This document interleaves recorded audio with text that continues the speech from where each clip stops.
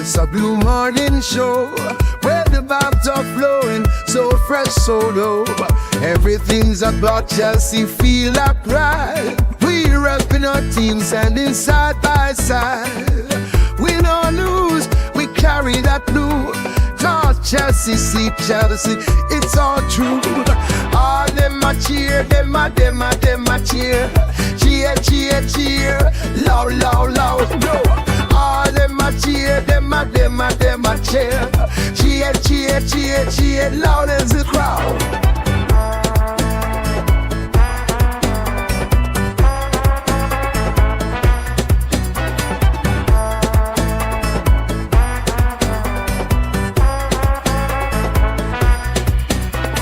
In the stands we jump and sway, feel the beat. Got that rhythm in our hearts, can't take defeat. Every match we rise, watch the game unfold. Blue blood running deep, our story told. With every win we celebrate our crew. Chanting songs for Chelsea all day, it's true. All them a cheer, them a cheer. Cheer, cheer, cheer, loud, loud, loud, no one. All them a cheer, them a cheer. Cheer, cheer, cheer, cheer, loud as the crowd. Stop the banners fly high under the sun. Every player on that field, together we run. With each kick we feel the passion ignite. For Chelsea our hearts shine forever bright. All them a cheer, them a cheer. Cheer, cheer, cheer, loud, loud, loud, no. All them a cheer, them a cheer. Cheer, cheer, cheer, cheer, loud as the crowd.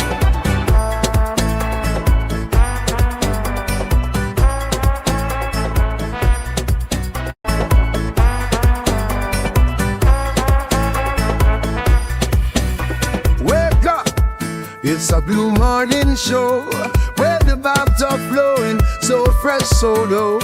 Everything's about Chelsea, feel like pride. We're repping our team, standing side by side. Win or lose, we carry that blue. Cause Chelsea, see Chelsea, it's all true. All them a cheer, them a cheer. Cheer, cheer, cheer, loud, loud, loud, no. All them a cheer, them a cheer. Cheer, cheer, cheer, cheer, loud as the crowd.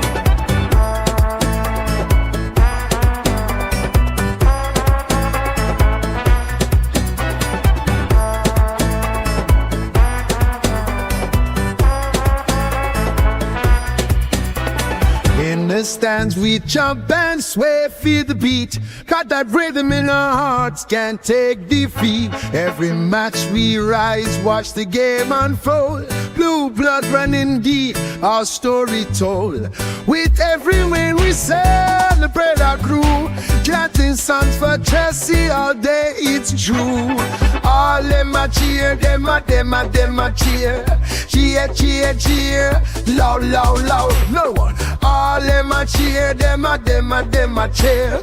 Cheer, cheer, cheer, cheer, loud as the crowd. Stop the banners fly high under the sun. Every player on that field, together we run. With each kick we feel the passion ignite. For Chelsea our hearts shine forever bright. All them a cheer, them a cheer. Cheer, cheer, cheer, loud, loud, loud, no. All them a cheer, them a cheer. Cheer, cheer, cheer, cheer, loud as the crowd.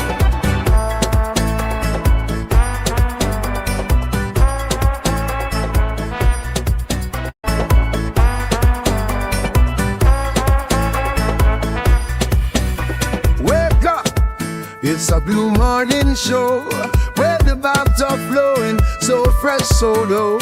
Everything's about Chelsea, feel like pride. We're repping our team, standing side by side. Win or lose, we carry that blue. Cause Chelsea, see Chelsea, it's all true. All them a cheer, them a cheer. Cheer, cheer, cheer, loud, loud, loud, no. All them a cheer, them a cheer. Cheer, cheer, cheer, cheer, loud as the crowd.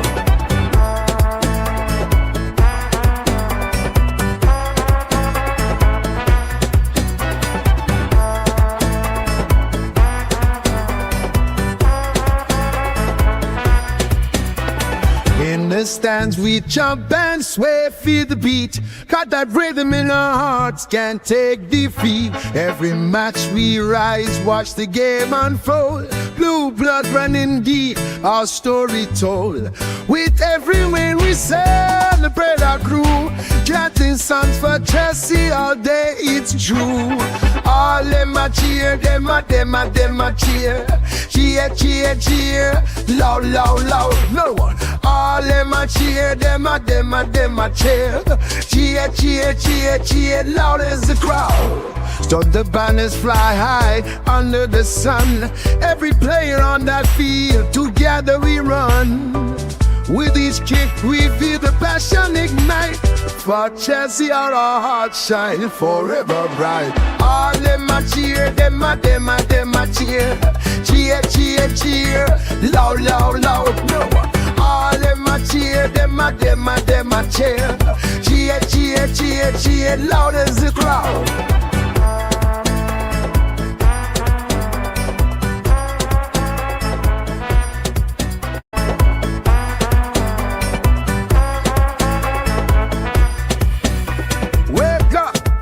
It's a blue morning show where the vibes are flowing, so fresh, so low. Everything's about Chelsea, feel like pride. We repping our team, standing side by side. Win or lose, we carry that blue. Cause Chelsea, see Chelsea, it's all true. All them a cheer, them a cheer. Cheer, cheer, cheer, loud, loud, loud, no. All them a cheer, them a cheer. Cheer, cheer, cheer, cheer, loud as the crowd.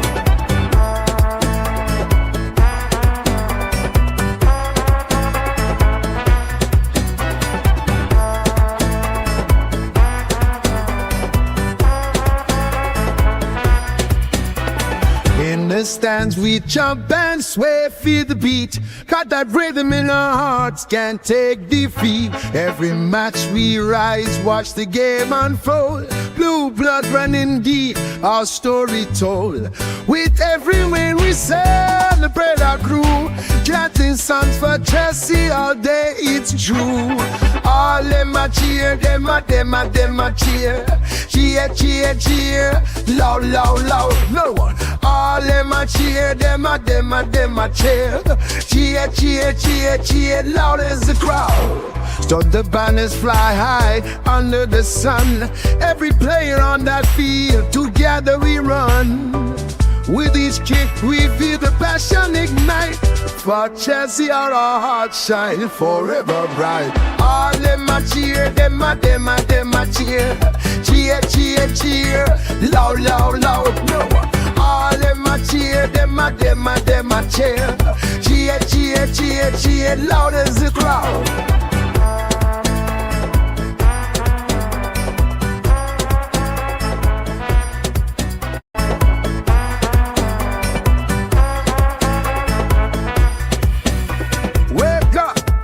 It's a blue morning show where the vibes are flowing, so fresh, so low.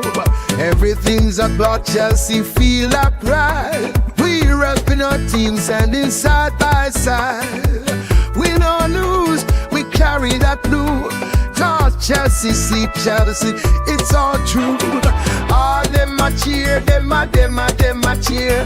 Cheer, cheer, cheer, loud, loud, loud, no. All them a cheer, them a cheer. Cheer, cheer, cheer, cheer, loud as the crowd.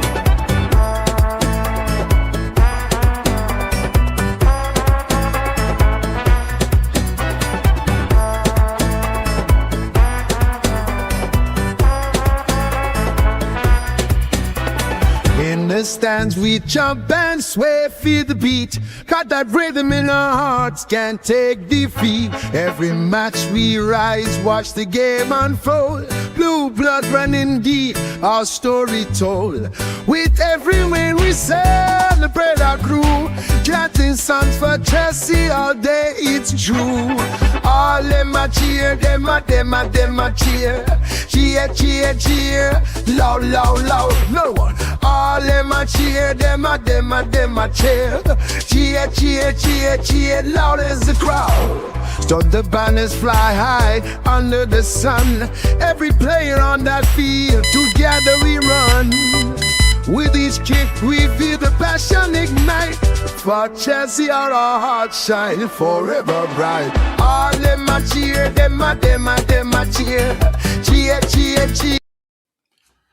Yes, good people, big up to all of you. Welcome back to Chelsea Perspective. Welcome for another edition of the Blue Morning Show. I'm your host, Kachila, and I do hope you're all doing well. Without wasting much of your time today, you know why we're here. Tomorrow it will be Atalanta versus Chelsea Football Club in the Champions League.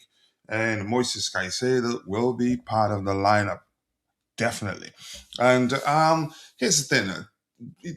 This morning at Chelsea, you've heard already what we're here to do, and Champions League football back at the bridge this season. A lot of fun so far. You could argue we've been in excellent form in that competition, except a few kind of dodgy results. Moises Caicedo will be back. He's suspended for the Premier League. Bad news in that competition, the league, but in the Champions League he's still there. If anything, you could argue he's well rested and ready to help us get a win. That means tomorrow he's going to be on fire for us. He's well rested, he is angry, and he will be unleashed. Angry, because he'll be feeling like he's disappointed in his team. But for me, what I say was that his agent will be licking his lips, seeing that we played how many games.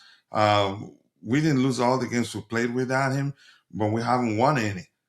So I want to see a masterclass from Moises Caicedo tomorrow. I know he's capable of that, but this isn't going to be easy. Atalanta play that crazy man-to-man marking system. It's going to be chaotic. They are going to test our defense with Ademola Lookman, Skamaka, and then former Chelsea man in what's his name again? In Davide, is it Davide Zappacosta? But that leaves, if they play, I hope they play the same way. That's the way we really like it. The key battle for me, Jamie Gittens versus Davide Zappacosta. If it started, no, not necessarily on the right hand side. Most likely Estevao winner. But it's going to be a lot of fun. A crazy game, one that we need to be cautious. We don't. Okay. I'm not sure what this is telling me. I'm not going to do that. Okay, it's going to be fun, whatever you think of it. So without wasting much of your time, because we have some news items to address, we will go address them and then come back to discussing the match proper. And after that, if we still do have time, we'll go news hunting again to see if anything new emerged as the show progressed. So I appreciate you all once again finding the time to join the conversation here. And as usual, my sister here in Shea Wendy, 44452, shares the stream on X. I appreciate you, my sister. I do hope you're doing well. And we have Drick 1905. Good morning, my brothers and sisters. Mr. Drick, good morning to you too. I do hope you're all doing well. Please keep dropping the likes on the stream. The likes do go a long way. Yes, we still shamelessly do beg for likes, and that's because the more likes we're gonna, the more the YouTube algorithm will be triggered and be forced to push the stream to more people who would be interested in the topics we have lined up. That's because more importantly, we're not a big account yet. But keep dropping the likes on the stream. Let's get into addressing the items we have lined up. Give me 1 second here. I have to go to this particular window there. So this is, for me, a no issue for me, in my opinion. But people, I don't know what one they're trying to start here. I heard that a few days ago. It doesn't really matter that when he signed a new contract, the length of the contract wasn't extended. Wasn't, you could say, yeah, wasn't extended, but he got a pay rise. More importantly, he got a pay rise, and he's happy to still be playing for Chelsea. So I'm not sure why it's an issue that the club did not extend the length of his contract. But that's by the way. Thank you for reposting the stream, and good morning to you too. So let's get into addressing the items we have lined up here without wasting any of your time. So Fabrizio Romano here. This is Vince, by the way, my bro. His timeline is my go-to for Chelsea news because I trust him. So here he's quoting Fabrizio Romano, who says, "What I can guarantee to you is 100% is that Marco Correa signed an improved contract. That's the most important thing. An improved contract at Chelsea. The length of the contract is still the same, but he received an increase in salary, which means we trust him. I don't know whether the reason they didn't extend the length of the contract was because maybe they didn't come to an agreement. But here's the more importantly, he did sign a new contract, which means we are offered him a new contract because we like him because he's done well, and the fact he accepted it just shows he's happy at Chelsea. It's really as simple as that. It is, for me, it's a no issue that he didn't extend the length of the contract. But that's by the way. Keep dropping the likes on the stream, people. The likes do go a long way. I appreciate you all finding the time to join the conversation. And good morning to you two once again. Drick, I appreciate you finding the time to join the conversation.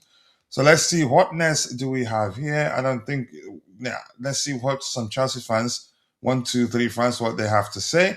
And this is Chelsea lover. He says, Cuckoo still doesn't have a proper replacement. I still hope we can sign Barco, the right man for, is it Barco or Back? I'm not sure how the correct way to pronounce this kid's name for the job.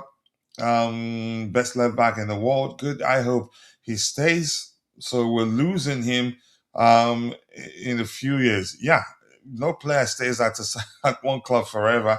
That hardly ever happens. I know Totti, he finished at Roma, didn't he? Okay.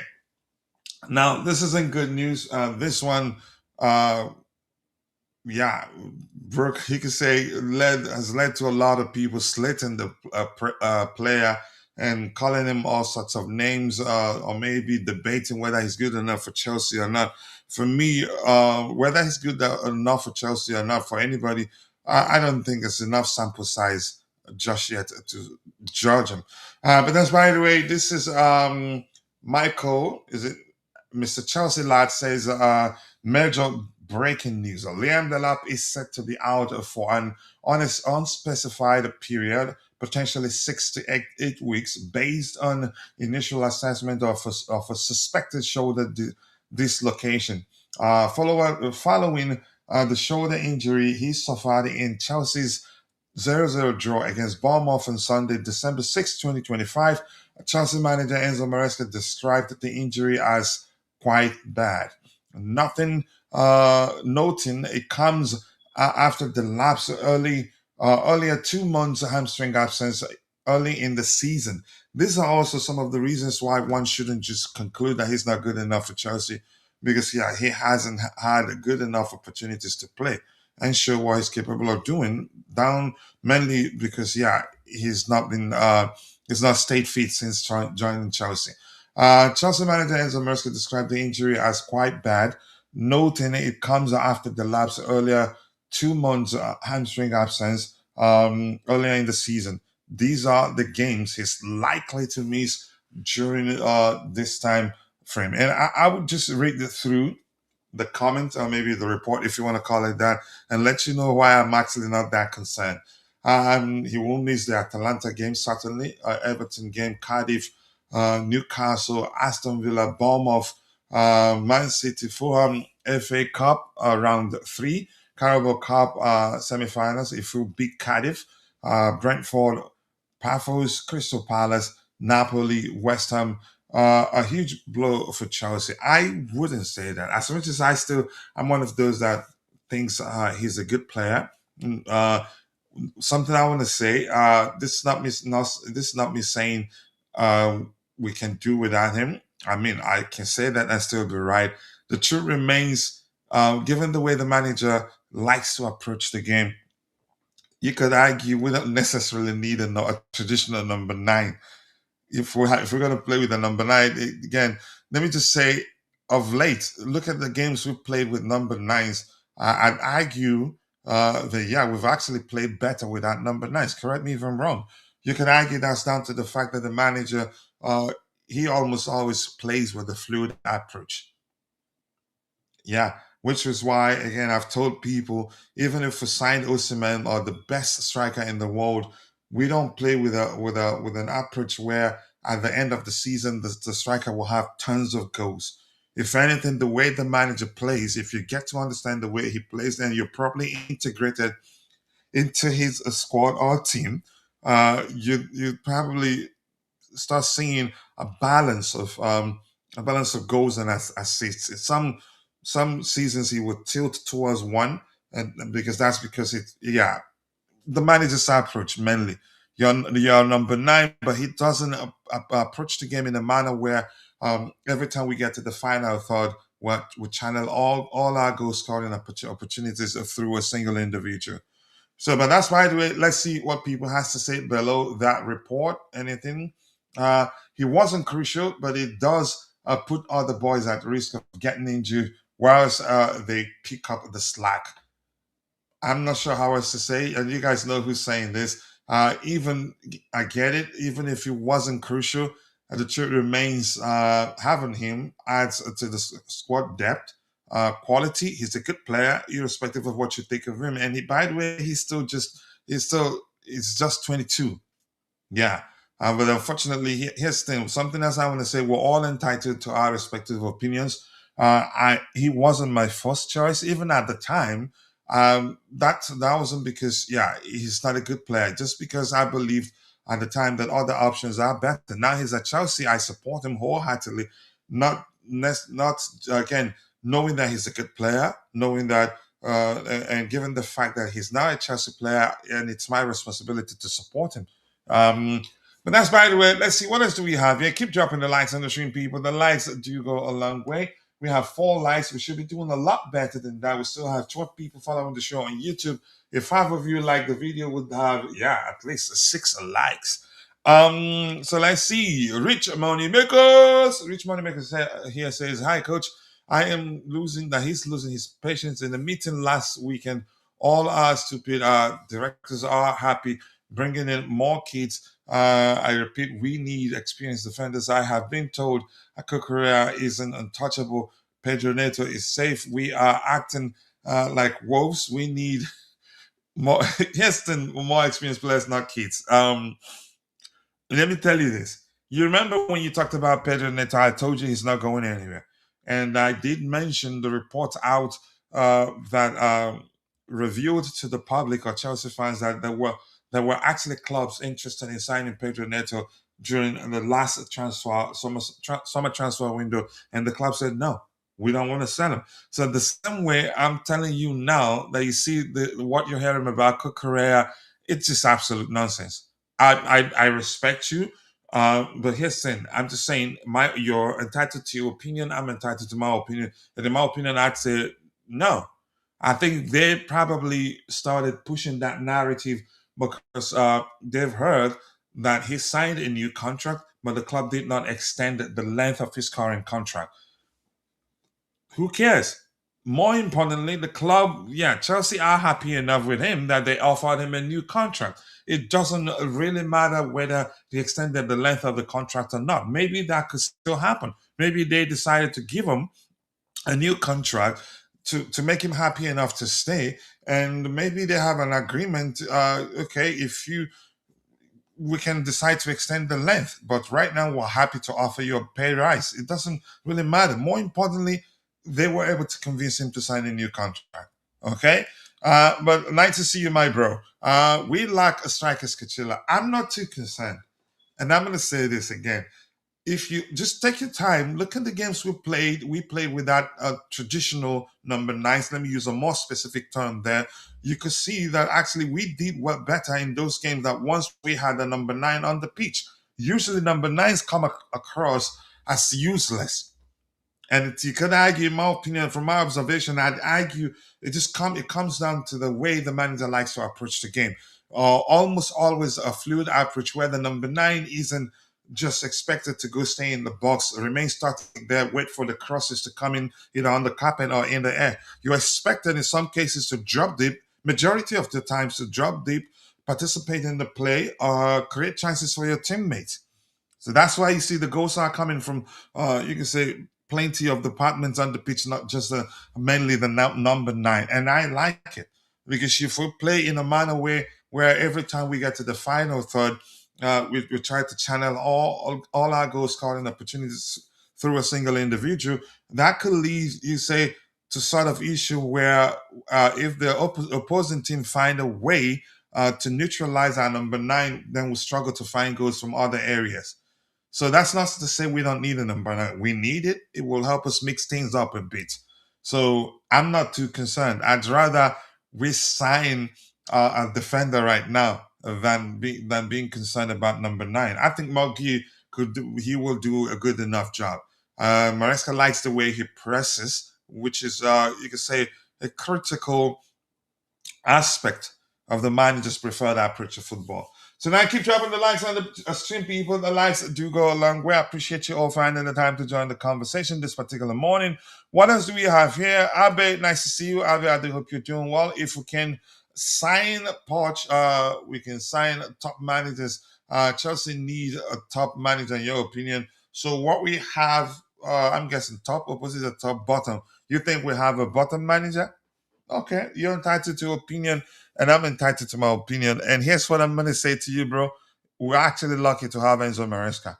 And the truth remains, by the time a lot of us will realize that he's such a good manager, maybe at the time he's also realized that, well, actually, that the fans don't respect him enough, and he would take whatever job that comes his way. Or you can say any job that comes his way that he feels like he'd be respected a lot more than Chelsea fans, he'd be gone. That's my only concern. But I think we're lucky to have him. But a lot of people see it differently, which they're entitled to. Not a lot of people, in my opinion. They are in the minority. Rich Moneymaker says, Coach, be honest with me. Let me see what she has to say here. Be honest with me. We must keep our top players. And that's how the new owners operate. They're not into the business of selling our top players. Even some players actually, do you really think they wanted to sell Nicholas Jackson? No. They just wanted, the plan was to get help for him, get competition maybe. I think that's the most relatable language there in football. But he didn't want to compete. But I get it. If you ask a lot of people, they tell you he was pushed out because, they go by what his agent was saying in public. So he says, we must, be honest with me, we must keep our top players or we are not challenging for the Premier League. That's the plan. I don't see a one where we're looking to sell Copama or we're looking to sell Moises Caicedo or we'll name them. No. If some of them leave, it'd be because they pushed to leave. The reason they give them a lengthy contract isn't because they want to sell them at a certain point to make money. And if that's the case, how many players are they going to sell to make enough to break even, let alone make gain? The priority is still to assemble a team that will, again, when things or everything fall into place, will become world beaters. Yeah. So he says a title for another. No, it won't be 10 years. Chances are you never know what's going to happen this season, but I think we're not in it this season. But next season definitely will be in it. Our owners love kids. Okay, if that's what you want to see, go ahead, run with it. I want to keep Robert Sanchez, and you think they don't want to keep him? I don't want Asa. You want Chalova? Okay. We need mix of experience and or we're not getting tough. I'm not concerned. I think we have good balance right now. Do we have issues somewhere in some areas? I'd say yes. So, but that's by the way. Let's see. Did I hear Mark Gee can start for Arsenal or City or Liverpool? Who said that? Did you hear me say that? I said he can start and he would do well for the manager. He has something that the manager likes. Maybe press very well. That will come in handy, given that the manager likes number 9s who know how to press. That's all I said. I didn't say he can play for Arsenal. Did I say that? Show me, and I apologize for lying. But that's by the way, I have our senior panelists on here, and Bobby, and also have my friend Bro. You can argue to an extent, my doctor, really. And Constantine Dante. Big up to you both. I appreciate you all finding the time to join me on the panel. And by the way, quickly before we continue, our web app is ready. Soon we'll have downloadable version on your mobile devices, but we're going with the web app at the moment. Go to www.chelseaperspective.com, request access, and we will get your email.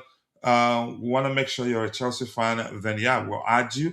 That with the app, with the web app, you can create your own lineup, download it, and share on social media. Sometimes you don't even need to download it. There's a share button there. You can also create a tier list. You can compare players. We're still working to make sure the statistics are presented to you are accurate to a T, and hopefully we'll get there soon. A lot of work actually drained the life out of me that I couldn't host the show, I think, yesterday.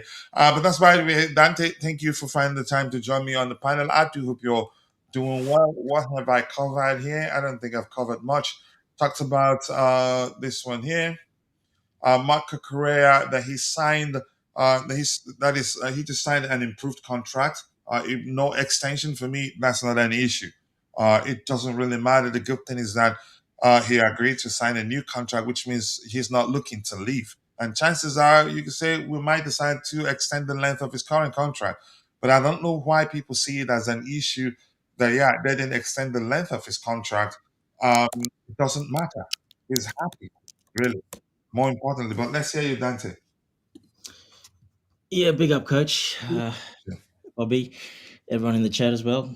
Yeah, I'm good, thanks. Yeah, the Cucurella stuff. Well, we know he got a salary increase, not a extension. Obviously, he's already got a contract. He's probably just leaving his. It's still 2028. So I mean, there's still 3 years So left. they're So not in a rush to extend the length of the contract.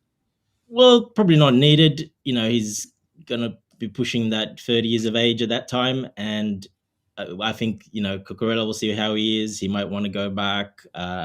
Everyone's leaving their options open, which is fine, and that's pretty fair on both sides, to be honest.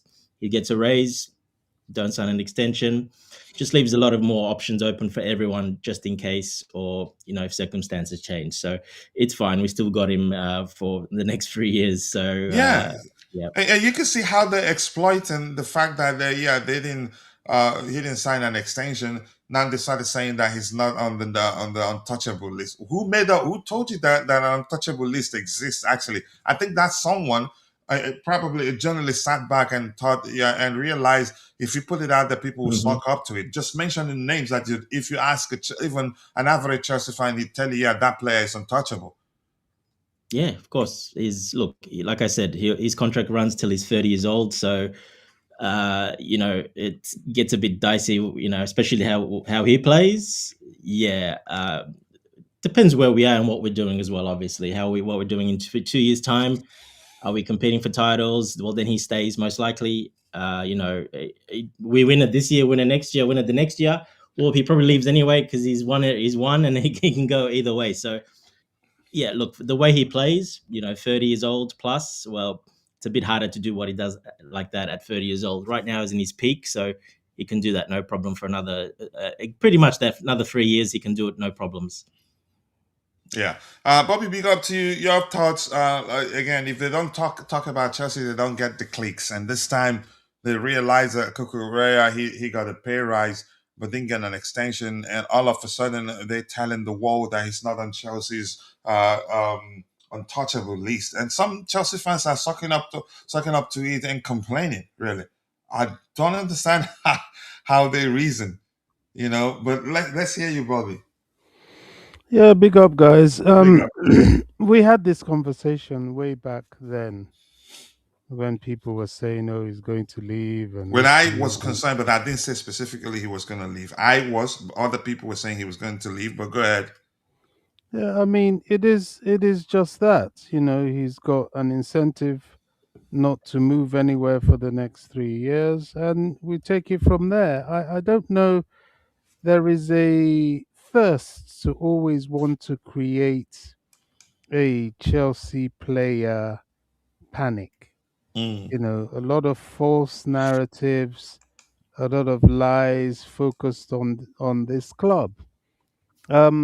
Sadly, a lot comes from the social media fan base, and as you've said, I think they find it gives them clicks, it gives them views, and so on. It's not really something worth talking about. Chelsea is not in the business of dismantling a squad that it worked very hard to assemble and is trying to create into a winning formula.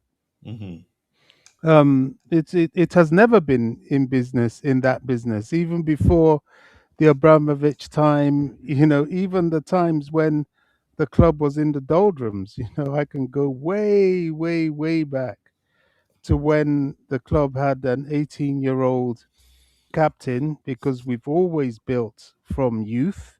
This is not new at Chelsea. We built a team before from our academy, the likes of Ray Wilkins, his brother, Steve Finnegan, all that, Gary Stanley, all that group were all from Chelsea's academy, and we had Ray Wilkins as the captain at the age of 18, and we had a striker, 16-year-old.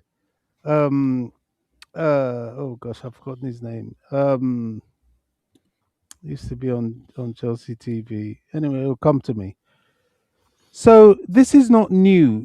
We're building from scratch. We never wanted, when we sold Ray Wilkins back then, it wasn't that he wanted to go. It wasn't that the club wanted to sell him, but they walked into a particular financial conundrum. And back then, the bully club with the money was Man United, and they came and took him.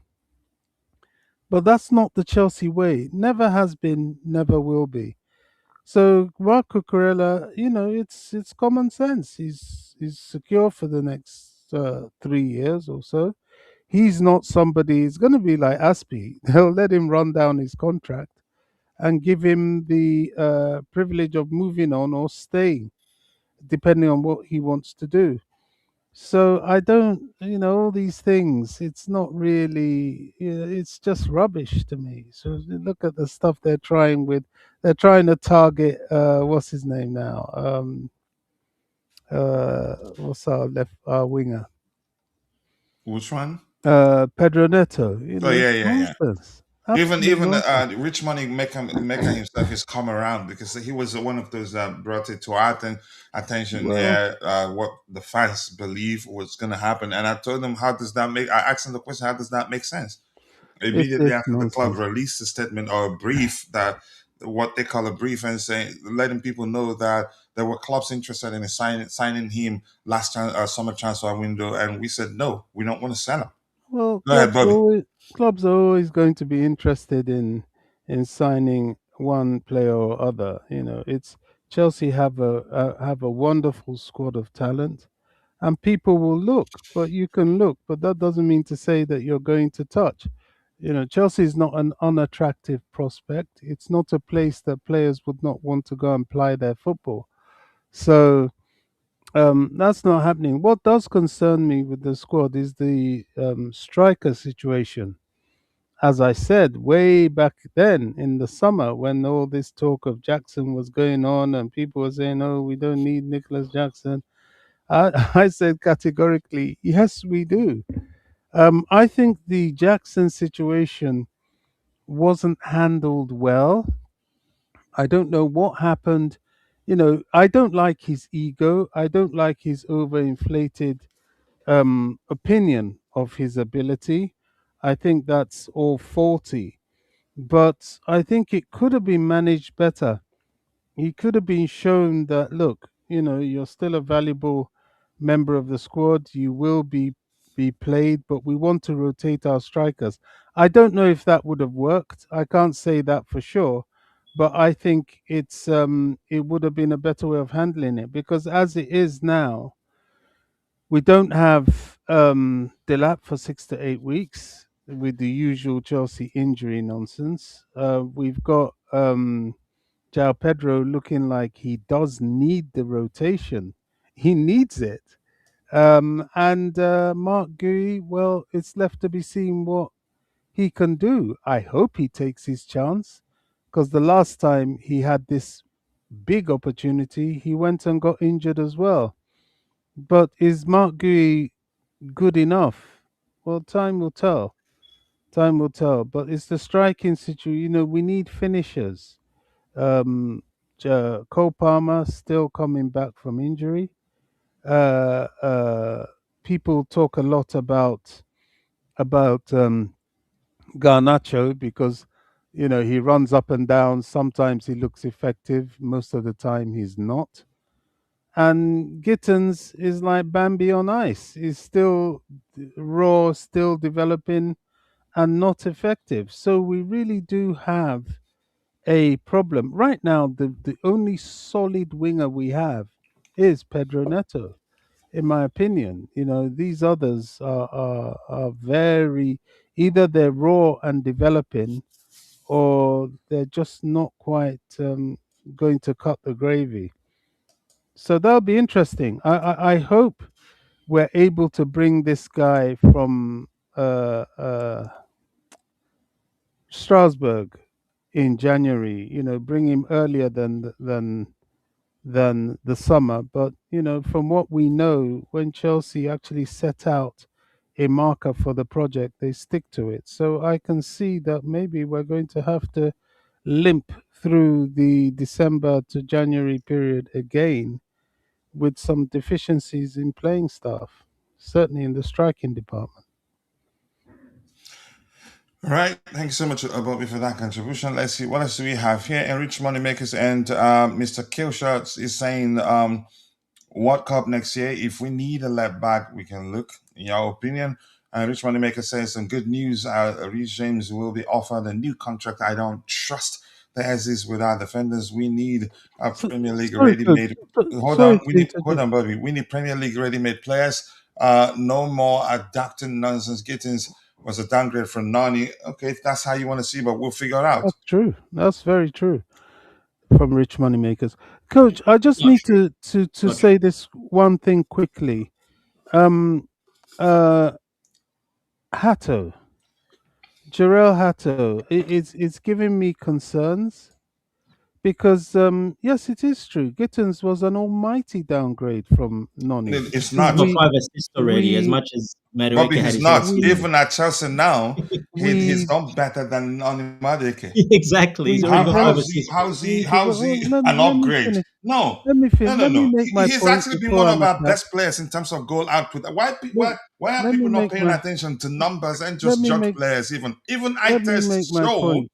he's Let me much make better my than Onimadeke. let me make my point. And Then in like 2,000 you less can minutes feel as well. free. Go ahead, Bobby. You can feel make my Let me make my point, and you can feel free to attack or whatever. No, it's not an My attack, point Bobby. Go is ahead. No my attacking here. point is I don't believe, certainly at this point in time, that we put a lot of time and effort, 2 seasons of time and effort, into getting Noni to the position he's in now. And then we threw it away only to start again with We Gittens. threw That's it how I away, look at Bobby. it. Come on, this Let me coming. let We me threw it finish. away. Did Chelsea Let, We push did. Noni Yeah. Madeke out? Let me finish. Let me finish. We threw it away just to start again with Gittens. To me, Gittens is not ready at all. I hope he will be, but you see, we're going back to the whole development stage. I don't have any respect for Garnacho. I just think it's all run, run, run, run, run. When a big guy stands in front of you, you bump him and fall over. We have that problem. I really don't see how that can be resolved in the near future, because we've got to go through the development with them again. Which brings me to my point of Hato.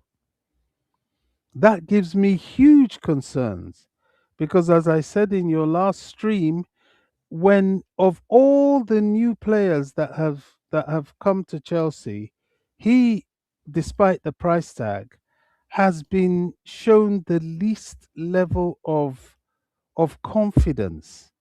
The guy is nowhere to be seen, and he hasn't really enhanced his the confidence in him. And that's what concerns me, because he was bought to be respite to Cucurella. and he's not fulfilling the reasons he was bought in any way, shape, or form at the moment. So I'm worried about this whole Hato thing. You He'll know, play this soon. is, well, it's a Cup huge games, Bobby. investment The to cup make. games are coming up. We haven't had those because we've entered later in the cup. So Well, yeah, there's one from thing now to on, he should be play. playing in those cups. There's one thing to play, and there's another thing is to justify your position in playing. We look at young Josh Achimpong. At least the kid, yeah, he made a couple of mistakes here and there, but largely when the kid's on the field, he justifies the reason for him to be on the field. We haven't seen that from Hato yet. So I you hope think it's all the going to. time Hatta has gotten the chance, he hasn't justified the fee we paid for him? In my opinion, not Okay, yet. okay. Not Yeah, yet go at ahead. all. Go ahead. So that we can get back to the game proper. Dante, anything else you want to add? Well, we won't get into what Bobby said there. We will have our opinions on that. But like I was saying, Gittens has already got 5 assists. Nani had that whole season, basically last season. So, I mean, to me, Bobby, you do know, you know he already has 5 assists? You don't know. You didn't know. I, I'm guessing I, you didn't I, know. no, I have to say, I didn't. I'm not paying attention to that. I think, to me, optics really outweighs stats. You can have 5 assists both, yeah, yeah. playing a non-league side, and it goes into your repertoire. Yet when you come against Leeds, when you come against Arsenal, when you come against these sides that will have defenders that will block you, you do absolutely nothing. Did So No, he? he's done it I Was against he don't given sides. a go by chance that. against Arsenal? Yeah, I don't. exactly. He's done it I, already against those teams, Bobby. So, I mean, well, y- I'm yet to yeah, be he's got plenty of convinced. improving to do, Well, don't worry. definitely. You have every right to doubt him, Bobby. I can Yeah, and understand, but I don't think worry. Go ahead. I my Go my ahead. view on it is that we've gone back to the drawing board. Yeah, you say Noni didn't have up to 5 assists. Yes, we went through the mill of sticking to him, even when people were shouting, "Why is Maresca playing Noni? Why is Maresca?" He brought him up, and then he's But gone. Bobby, is Go he and good start enough at again. Arsenal at the moment? 10 games, just had an assist and a goal. Just we had 9, 10 Well, games without he nothing, has zero. been off, he has been away injured, so that No, no, seems no, to no. be He's different. played. He played a lot as well. Zero in 10 games, nothing. He had absolutely nothing. Well, I mean, you've never really liked him, so that's not really a yardstick with which I used to judge No, him. but No, no. I'm just And it's I'm Bobby, fine. giving you facts. It's your yes, right the not to numbers like him. show that Gittins has actually been better than him. He doesn't even have numbers to compare to the Gittins' numbers Against this season. who? Against who? Against Wolves? Against? I mean, I'm. Gittens is a league Here's star. where the issue is, Bobby. You don't even you're not even giving him a chance to even see things from the perspective of what his output shows. I think, but you have the right to do that. If that's the way you want to see it, that's you. For me, I think Gittins will prove to be a much better player than Nani Madueke. He's a better But dribbler you're even before making he my arrived at Chelsea. you're He's making my actually point. he's selfless than Look, Nani look, Madueke. Do I think Nani Madueke is more experienced? Yes. Would I have you're loved us to keep Nani Madueke? Yes, but we didn't push him out. He you're wanted to leave. making you're making my point. You say will be. At the moment, he's not there, so we're No, back I to didn't the say will. development process, No, I say and he's that's a the He much is. point I'm better making. dribbler. I said overall he will prove to you Will that he's better prove. than Nani Madueke this season. You will learn that this He's season. already had, in Oh, my this opinion, the Yeah, season. assists. given what numbers tell us. But go ahead, Bobby, so we can move on. Go ahead. I'll let you Okay, I speak. mean that's it. I think we're saying the same thing in two different. It's just you don't like the way I'm saying it. I'm No, we saying understand. I understand, that Bobby. Yeah. It we've doesn't gone matter how back you say to it. It's your developing. opinion. You present it the way you feel is Uh, right, and I present my counter opinion. That's why we're here. Go Yeah, ahead. I'm saying we've gone back to that development stage with Gittens. He's not ready and he's far from it. Now, if in the future he's going to be ripping up trees, fantastic, but that's not there yet. And we had somebody that we persevered for 2 years to get to a point, and then we sold him. Rightly or wrongly, we sold him only to start again with Gittens and the other guy that is yet to All right. convince me. Well, Bobby, you're not happy about it. You're not happy about it, and you have every right to. And for me, I'm fine with it. Honestly, That's Yeah, it. I'm fine with it as well. Yeah, I mean, I'm to me, I fine think with he's it. a You better. know, I didn't hate Nani Madueke. Not, but Dante never hated him. All we do is talk about things he can do to No, become a much better I'm player. not saying hate. Mm. Hate is a very strong word. No, I'm no, I'm saying just saying. But you if you can say he dislike never liked him, players. the opposite of like is hate. Well, Go ahead, Bobby. now you want to fight me this morning. No, I no, no, know no. But you go are. ahead. You are. You can dislike players. It took me a long time to like what's the guy that eventually went to Everton? I thought he was Drewsbury Hall, and he's yeah, killing it now. He yeah, looks a different player. but I liked him He's playing in his later on position. when he showed us his quality. So I'm always ready to change my mind on a player if they perform. But at the point where they're not performing, I will have my question marks. Just like Heto. He came with, "Oh, I was the captain of Ajax. I've even featured in the Dutch team." Okay, fine. We bought you to give respite to Cucurella. You have not done that yet, and we're nearly halfway through the season. Well, how many times Boy, has okay, Bobby? I agree. We're nearly halfway through the season. How many games No, has he not played? well, we shall see. That's the As thing. Just give him time. I Dante understand says, where you're there are coming many from, games and you to have come. every right to see things differently. But I think we signed an excellent player in Gittens, Hato, and even Ganacho. That I know you don't believe you could say he's done anything to prove. You could say to justify how much you No, paid for him, or maybe to justify being a Chelsea player, which you yes, have every right to, and that's why we're here. You present your opinion, I present mine, but we wait. And yeah, as much as I trust them, the truth remains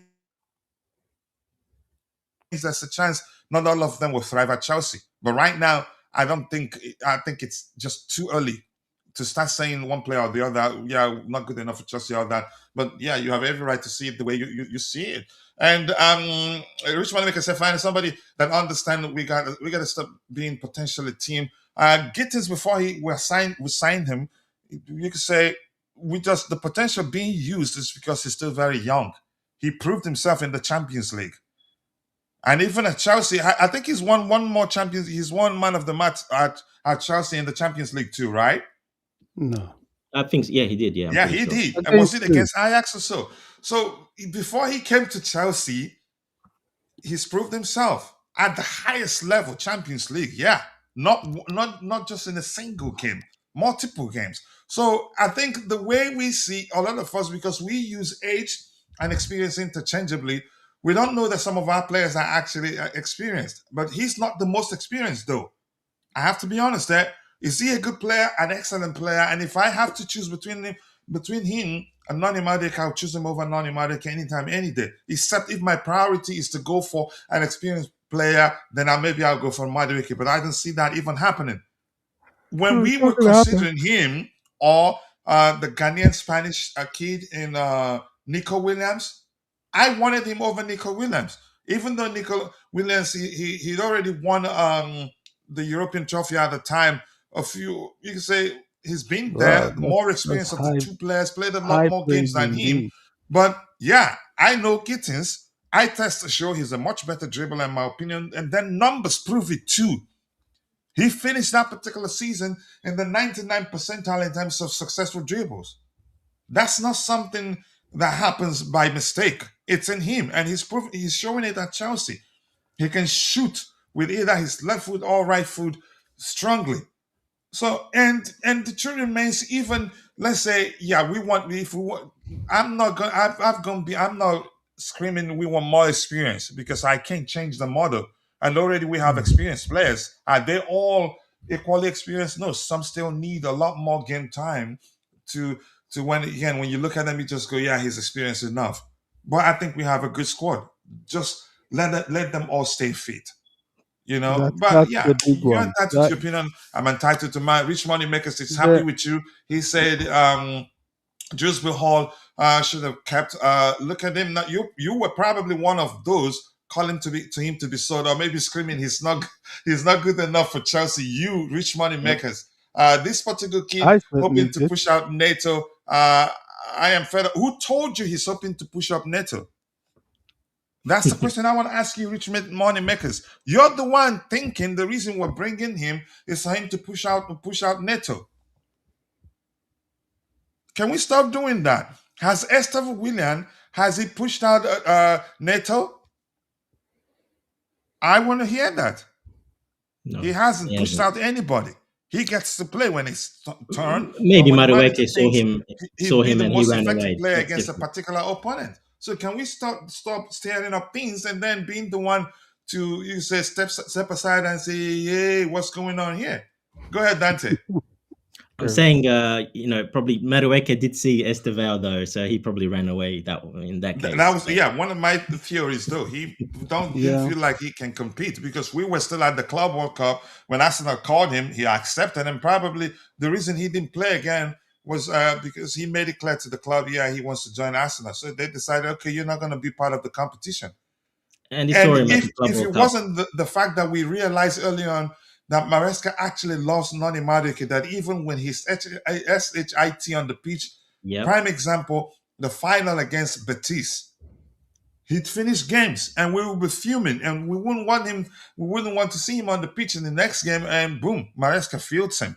And he plays Maresca 90 loved minutes. him. Yeah, he If absolutely we tried if to we No, get didn't Maresca. Maresca experience liked him, those that's for things, sure. it'd be easy to believe that he was pushed out. He wasn't pushed out. But I'm not saying Yeah, you said yeah, that. Go ahead, Bobby. he No, definitely left. Maresca liked him, that's for Mhm. sure. Much to the frustration of Dante, I remember back in the day. A lot of But Chelsea look, fans, though, Bobby.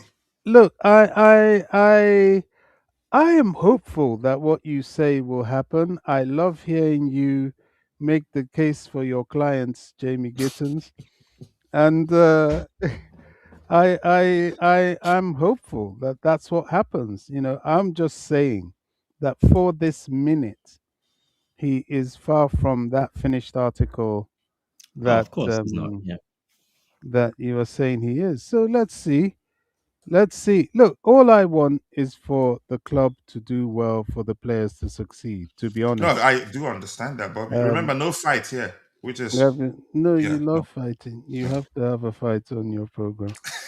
But we It was we so peaceful when Bobby was on holiday. Bobby, it was so nice Yeah, and peaceful. yeah. Now he's back. Now we're fighting again. yeah, I have to bring that controversy.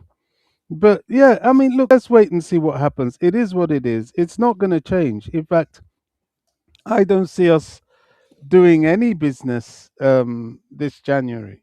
Rightly or wrongly, I just don't see it happening.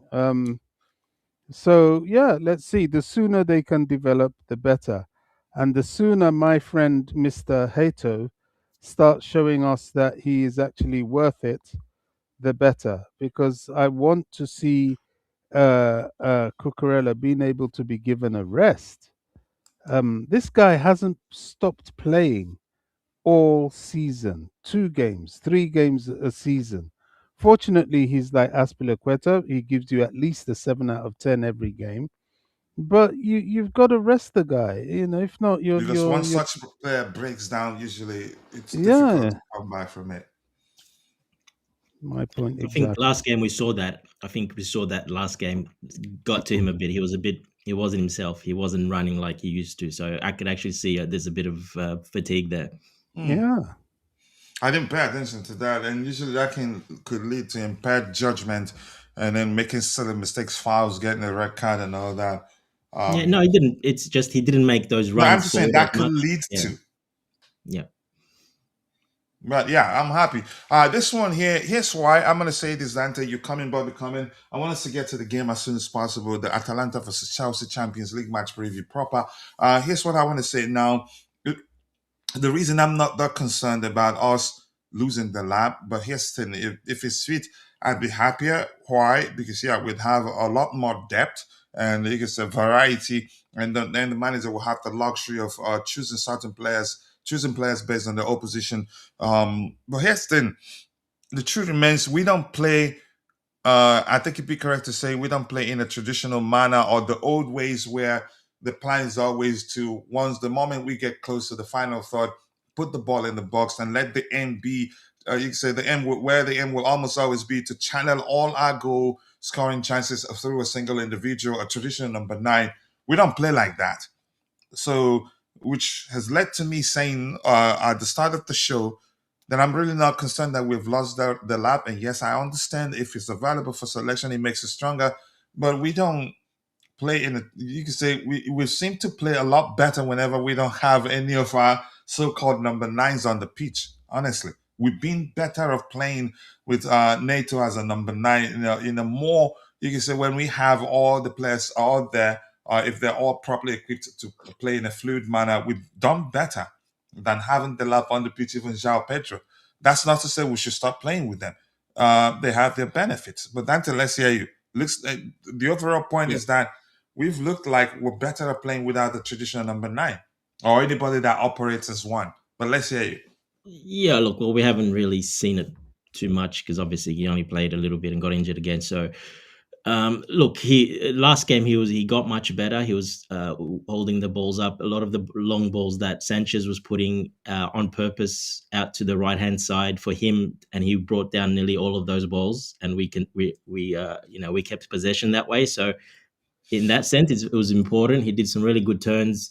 He actually started looking like the lap in that sense. And unfortunately, the injury, it is what it is. Probably a collarbone, most likely, the way he fell. So, yeah, look, it's a shame. But like you said, we're pretty good. We can, João Pedro, they can play that nine. Neto can play that nine. Mike Gee can, come on, substitute appearances if that's needed. Yeah, look, it's not the biggest miss, but of course, for rotation and for just for him as well, personally, it would have been good to have that option, a different option, just to throw a different option on when needed as well. So it's a shame. Like I said, the shoulder, it's unfortunate, but the way he plays, I mean, yeah, it was a bit dirty from the defender because he knew exactly what he was doing actually. So I watched the back quite a bit. He knew exactly. He had his arm pinned over and he decided to put him down on the ground. When you do that, you always land on your shoulder and your collarbone always breaks basically. So it's a little bit of a dirty play, but it is what it is. He's out. Now we have to do without him. Yeah. Big up Jay, and also big up to you, Mr. Shots here, and says Jug 9. Yeah, that's I'd say that That's under another normal option. circumstances, if you ask Maresca, I think probably prefers playing Judge as number 9.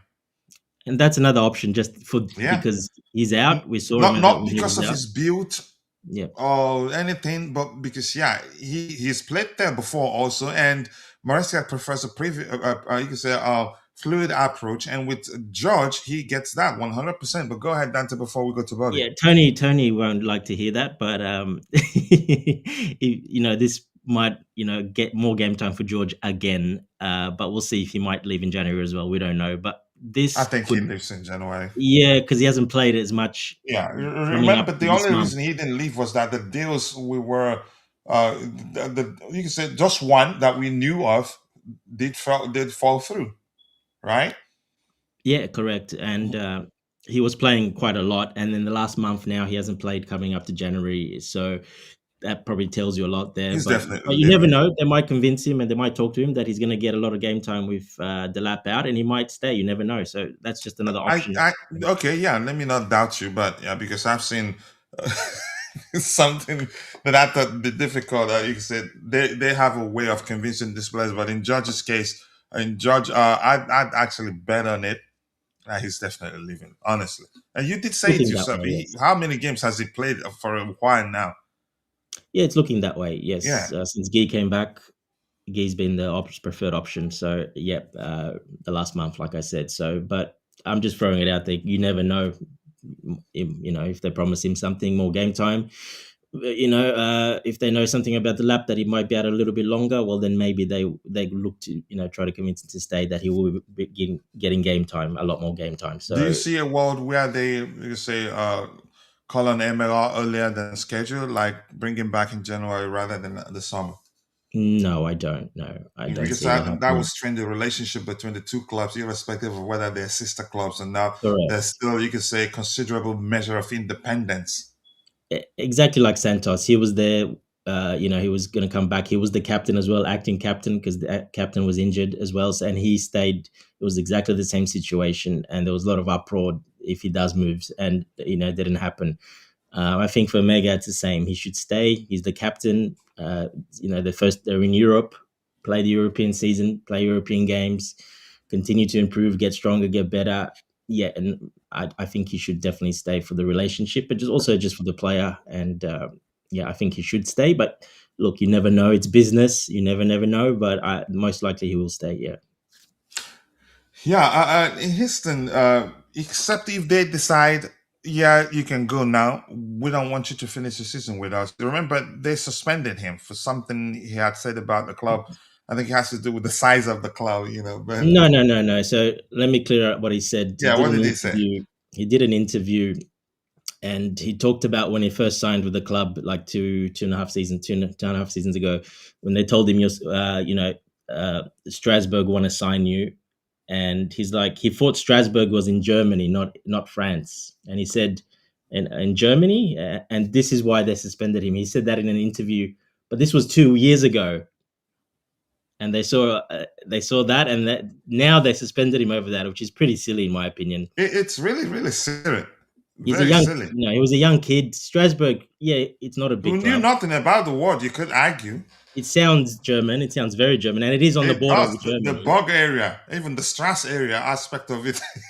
Yeah, it's on the border with there with Germany, Switzerland. It's on the border with Germany and France. So I mean, for that, because he said that in an interview a couple of years ago before he signed, he said it now, but like he said it again in an interview now, that he made a joke about it, that's what he said 2 years ago, and this is why he got suspended. I mean, I think that's That's just silly in silly. my opinion. I agree Yeah, with it you. didn't make Yeah. sense. Apparently, it's just policy. It's written down policy that if a player says something like that, it's just automatic suspension. So they just had to follow that rule, which they're looking to maybe change. But I mean, if it was written down, it was written down. But how's that 18-year-old kid gonna know that? Like, come on, like seriously, it's Yeah.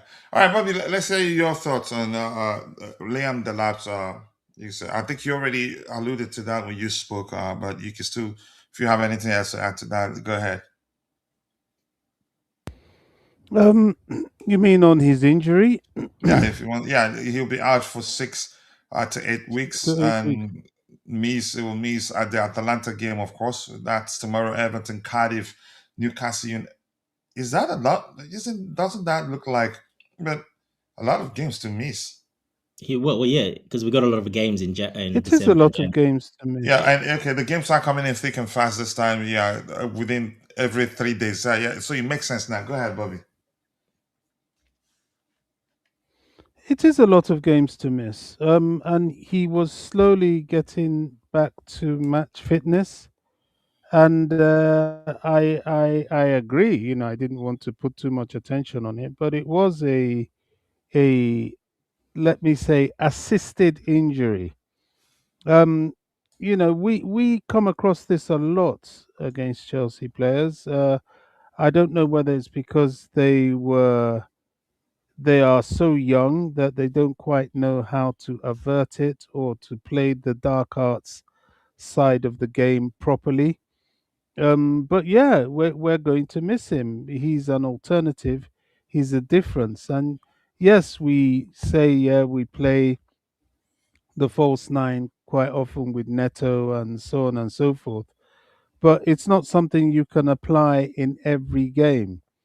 It's unfortunate, but it's a chance for Mark Guéhi to make his claim and show us what he's about. And this is what I'm saying about these youngsters. Football is a short career. If you're good enough, you're old enough. And these youngsters really need to start to take their opportunities, because this is where they make their mark. Estevar's done it. Gittens, from the way you talk, has done it. Garnacho, to be fair to him, has done it. At least he's made himself noticed. And Delap has done it. So, Mr. Hater, we're waiting for you. Yes, people can say you haven't had enough chance. I'll go with that. But the two times I have seen you, I have been far from even a modicum of being impressed. And you have to take these opportunities. So Mark Geary has a huge opportunity. But as you say, the important thing with this Chelsea squad is to stay fit.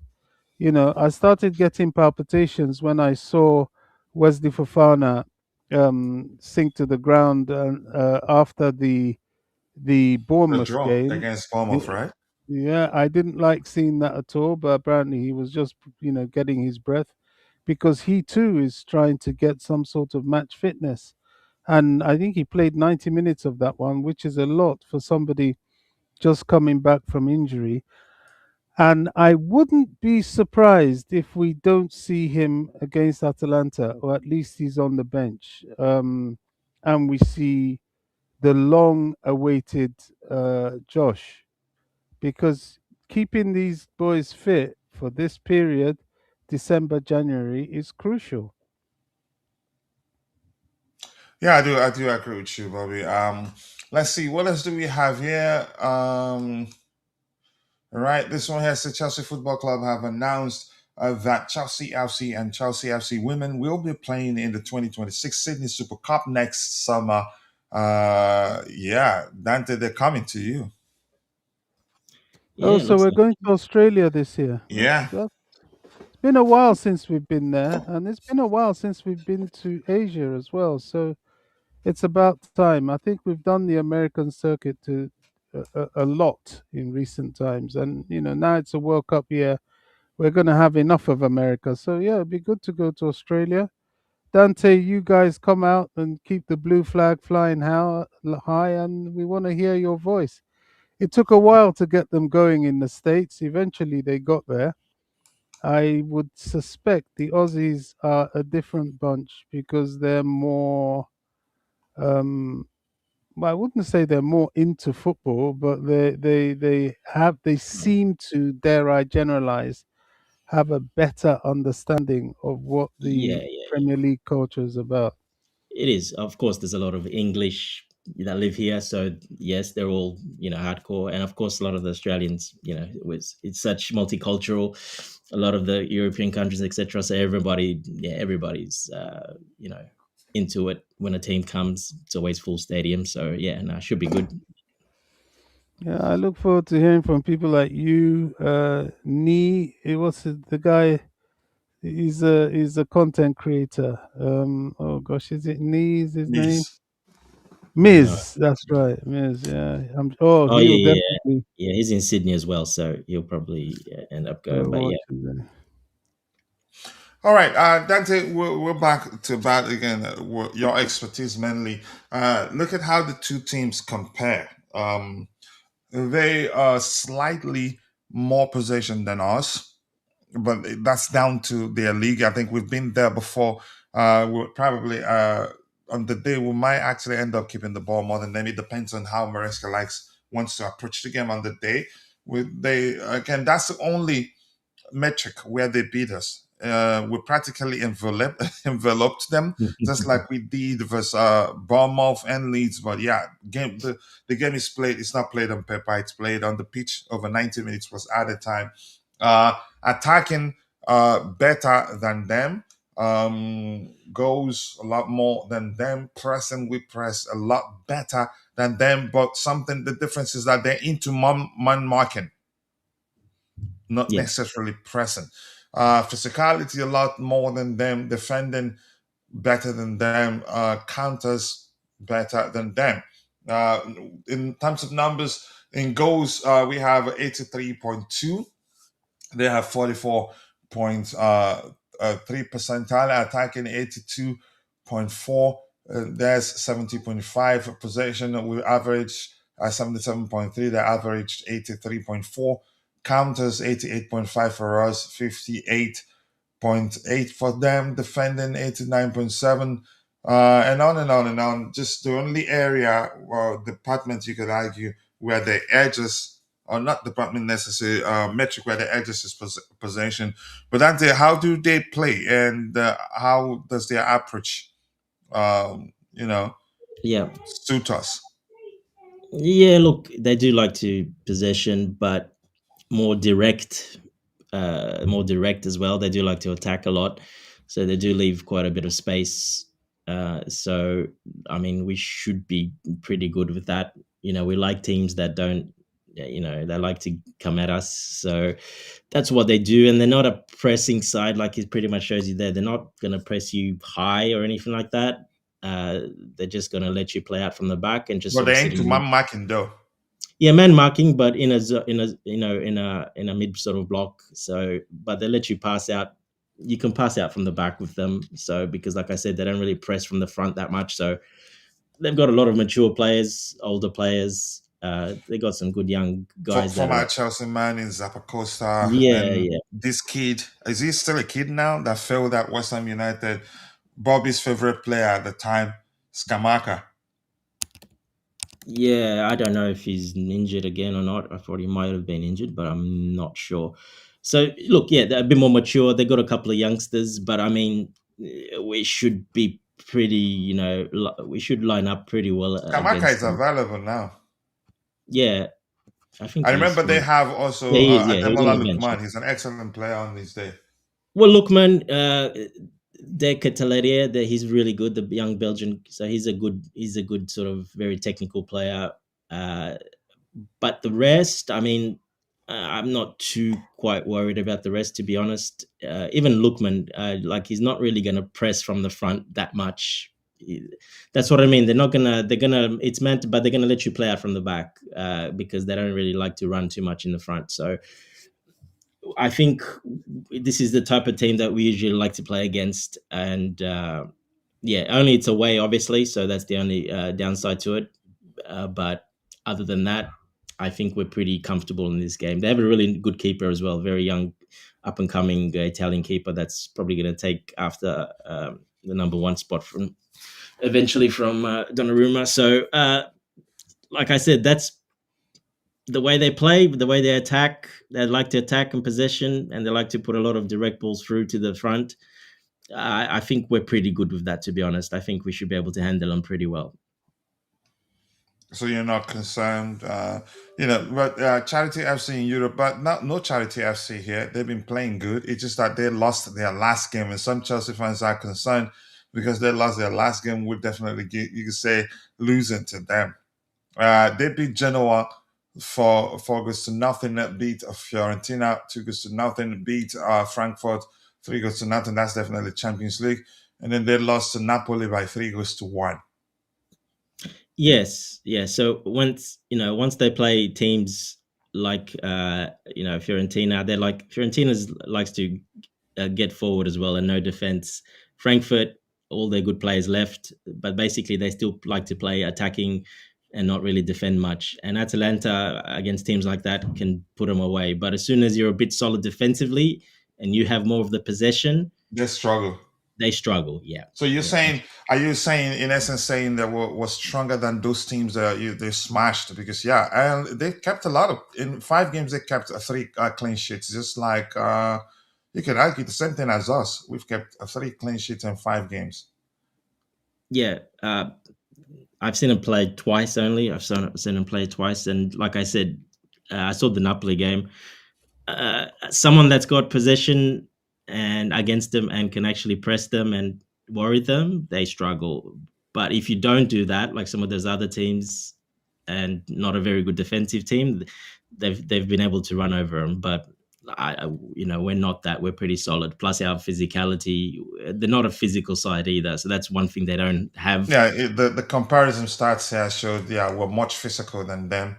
Yeah, so they don't have that to bully us and do that. Like, some of the Premier League teams can do that we struggle against. So not having that either, that really helps us a lot. We should win pretty much. Like you said, they're like one-on-one, but our matchups, we pretty much, I think, probably nearly all the matchups would be probably winning on that field. So, yeah, look, they can surprise because, like I said, they like to attack, but that's also can be their downfall when they play against teams that suffocate them a bit and don't let them play that way. All right, thank you for that. And let's see, Rico Amera in January. We'll see what will happen. Zappacosta was one of our best wins. Was he really? I think his Chelsea career ended the moment, who was it? Antonio Conte was sacked, right? Practically. When Caicedo is back, we will be back normal. Okay, let me believe that, Mr. Tony Montana. Thank you for saying that. And my bro IB is here. Big up everyone. Big up to you too. Uh, recall who? Who's that? Nico, I think Nico is saying. Nicholas Jackson. It's not gonna happen. As I've said before, Jackson on his way to Bayern burnt the bridge and then built a canal, um, not for transporting people, built a canal on the ground where there could have been the possibility of rebuilding the bridge. I think that's it. Remember, we tried to you could say to keep him, to force him to stay practically. We never wanted him gone, but we were open to letting him go if he really wanted to go. But what happened at the time, I think the lap got injured, and then we say, you know what, let's try and convince him to stay. But that's, by the way, Jay. Thank you for joining us on the panel. I do hope you're doing well. Where do you want to come in? I'm sure you've been listening to the show. Where do you want to come in, Jay? Big up, guys. Big up to you too. Yeah, I've been listening to the show. Uh, Big I up, think Jay. I'll just go big up Dante, big up Bobby. I'll just continue with the Atlanta preview. I'll be honest, I'm not that confident as much as Dante is. My confidence has been shattered, and I think rightly so, by the two matches in the Premier League. So I think we need to be very, very cautious. And every game till we win, every game is a must win now. I think it's not good what we have done to ourselves in the Premier League, but it is what it is. I think Champions League is still there. We are on the positive position in the UCL table, and I think we need to continue winning that. I think we cannot afford you know, any more points drop in the UCL as well because we need that direct qualification, especially considering how we are lacking the fitness test and the availability of some players. It feels like that they lack energy and feels like that they are tired in the last two matches, especially. So I think we need to avoid the extra two playoff matches. So yeah, top eight is very, very much necessary for us, and for that, this match is very, very much necessary, and we have to find a way to win. I think European away trips are always tough, you know, irrespective of what your opponent is, at what place they are in the season. I think not all of these doesn't really matter that much when you are going to away trips. I think it's that night, and we have seen this. We have played two teams in the Premier League who have been winless in 5 or 6 matches, and yeah, we were the teams where they opened their accounts to gain points. So I'll not be taking Atlanta lightly at all. So But yeah. Atlanta isn't in the same situation. They've been good. It's just that they lost their last game, and in the Champions League, they've been good too. They beat Frankfurt. Where's another Champions League game here? None. Yeah. Is that yeah? And Frankfurt Frankfurt and away, Fiorentina BZ. are good teams as well. They beat Fiorentina, beat Genoa. So they've been in good form. I'm not concerned about Charity FC at all.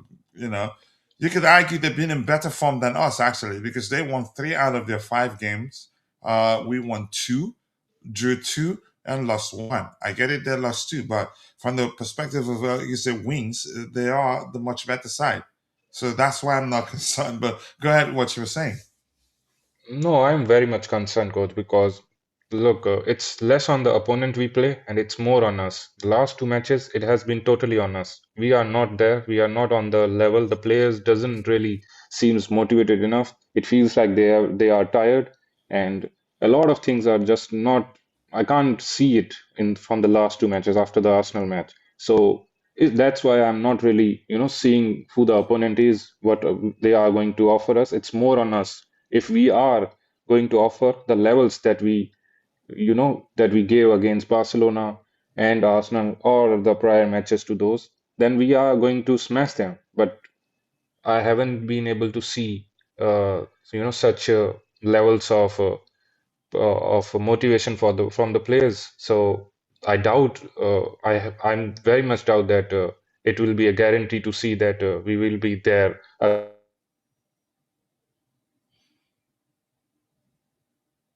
Are you there, Jay? It looks like we've lost him. If he comes back, if we start hearing him, we'll let him speak. But yes, Bobby, your thoughts. Are you as concerned as Jay? For me, I think the return of one man, in my opinion, in Moises Caicedo, to be more specific, makes a huge difference. Even, yeah, the truth remains the availability of certain players boosts the confidence of teammates. That's how I see it. But Jay, let's see if we can hear you now. Yeah, he has no connection. I can see from It's still my signal disconnected. here. But Bobby, let's hear you. It's an interesting game. You're right. You know, Moyes is around for this game. Um, I can see a tendency to have to rest Fofana, which is a shame, and possibly a bit of Reece James as well, because we have Everton coming up in the weekend.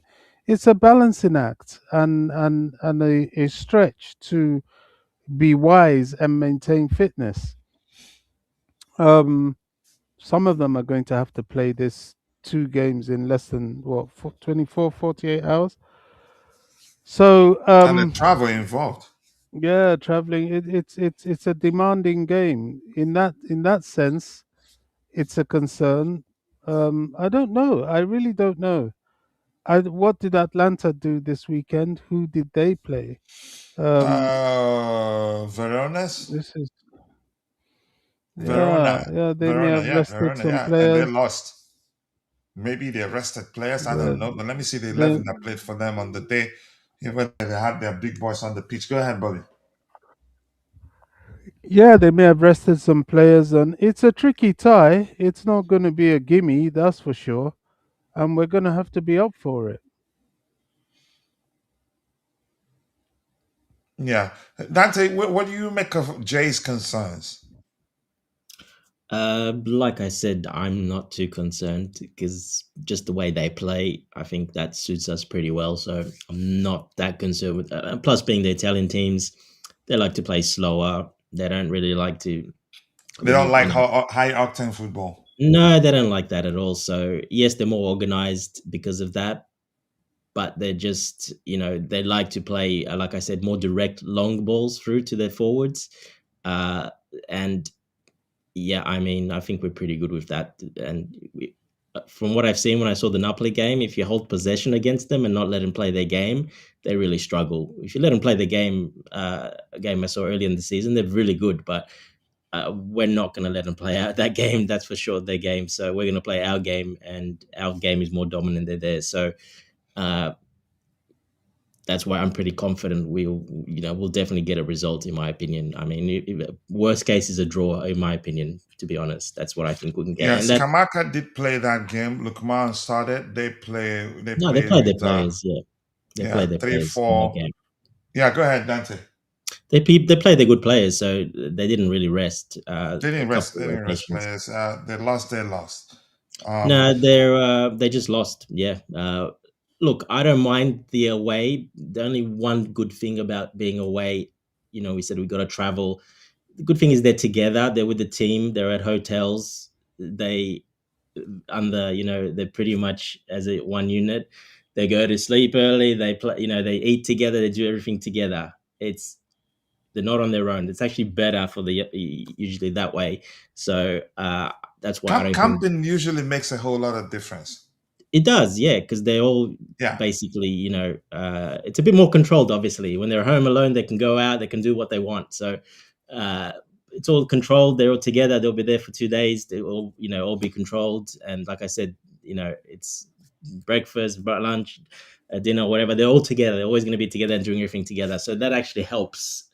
Um, they can't do like I said, like they like to stay up late, play PlayStation, etc. They don't really, when you go away, they're not going to do that because like I said, it's a bit more controlled. So I think that'll actually do them pretty good, to be honest. And because of that, it's going to be a better I think it's better that way for the young team always. How much of a difference does the availability of Caicedo, definitely Yeah, inclusion that's in the huge. line? How Yeah, of much of a course. difference does that make? That's huge, obviously. In midfield, he can got that protection there, the pressing, winning the balls back. Of course, that's a huge, especially the way that they play. Like I said, I think, he's quite important there. But Yeah, he's a big plus, obviously, and he's got rest. He's fresh, and he'll get another. Because he won't play against Everton, so he'll definitely play probably 90 minutes this game. So that makes us way stronger with Caicedo in that team as well, and that's another reason I'm not that worried because he's there as well for that job as well. Boost the confidence of his teammates. Sorry, guys, Yeah, I but have to just the go way he for a plays. while. Yeah, All right, Bobby. I'll be back hopefully. All right. Go just the way ahead, he plays. Dante. Yeah, just the way he plays. He's a presence on that field now as well. So other players, trust me, everybody knows Caicedo now, and they not fear him, but they respect it, they know his game, and you look differently when he's coming at you. Yeah, and the poll which asked the question says Caicedo is suspended for the Premier League. How does Maresca use him? Not tonight, tomorrow against Atalanta. It says unleash him 90 minutes, play smart, sub him off. He's key, avoid injury. And so I'm going to end that poll so we can use the poll to back for likes.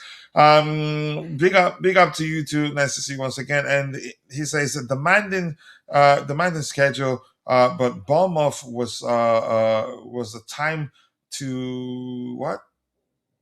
To give them some guys minutes. You said E.J. Kukurea had to should have come on at halftime, given Kukurea's time to rest, and the fact that he looked a bit tired on the day.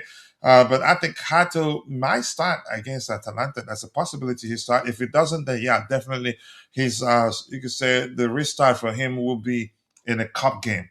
I think, Richmond yeah, Maker he'll play says, I Pedro. think we will win because we have very good coach, but as this, you don't like them one bit.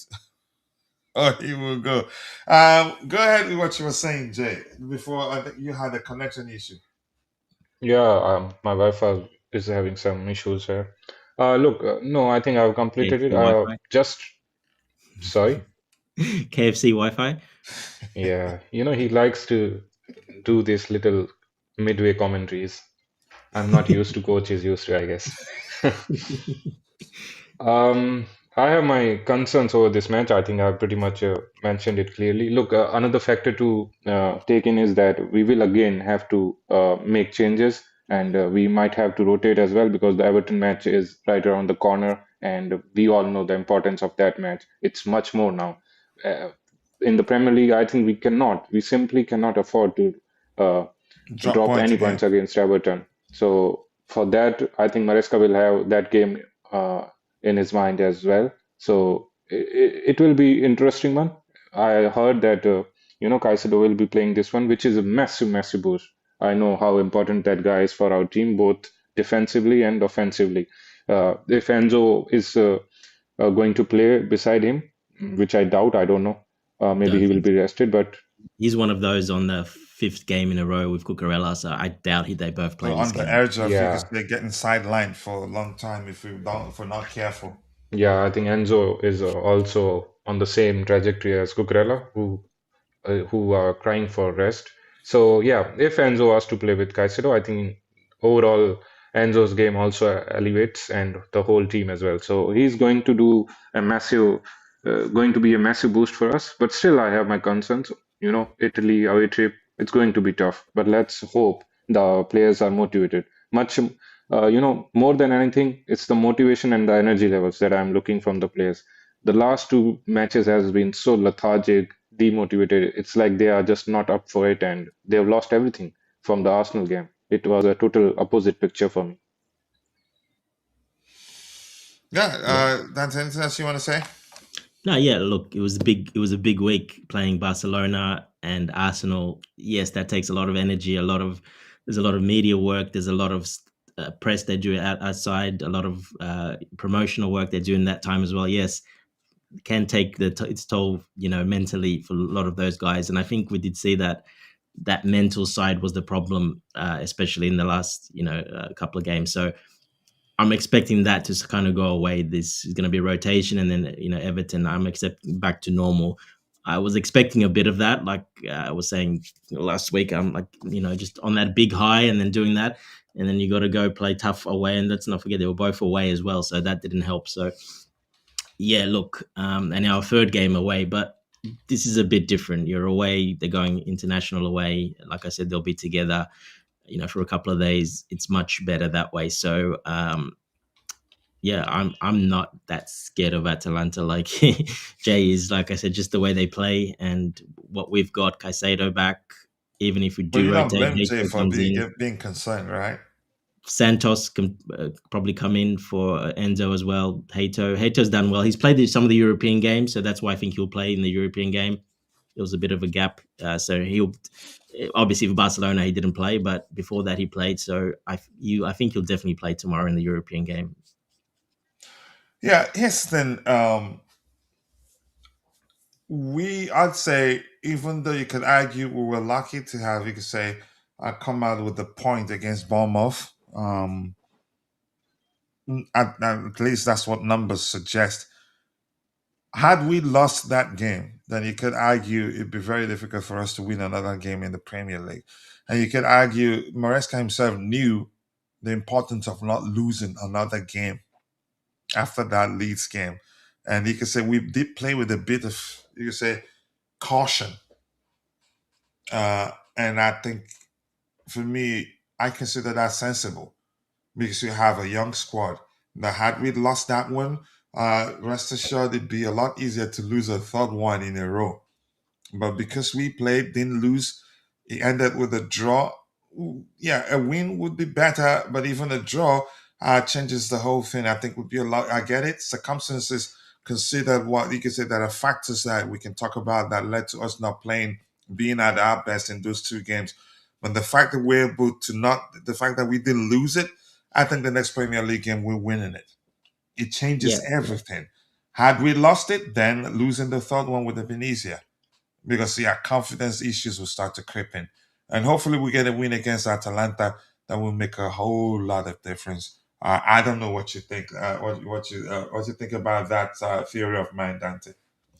yeah, a little. It could have gone either way. That game, we could have snatched the win as well. But yeah, you're right. Obviously, so look, like I said, the big week took a lot, and it takes a lot out, especially two big profile games back to back like that. So, um, yeah, I was expecting us for the Bournemouth game to be a little bit better, but yeah, I think Jay said as well. They looked pretty lethargic. Even Cucurella wasn't himself.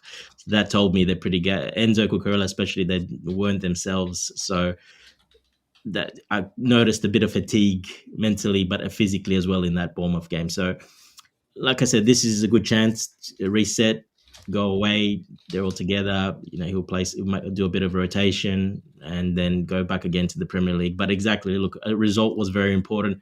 And even in this game, I mean, a result, a draw away, it's not the worst result. Even that's a good But a reaction win as well to even feel better. better. It keeps us in a strong position as well in the Champions League, just as long as you don't lose. So positive result, that's all that's needed. But I'm pretty confident, just the way they play and the way we play, we should be all right for at least a result, at least a draw minimum. Yeah, I was going to ask, but I'm happy he said it himself. The availability of Caicedo makes a huge difference. And Dante, I said this. Let's just touch up on that a little bit before we continue looking at what we have, the game proper. I said, I think it was yesterday, that Caicedo's agent will be licking his lips.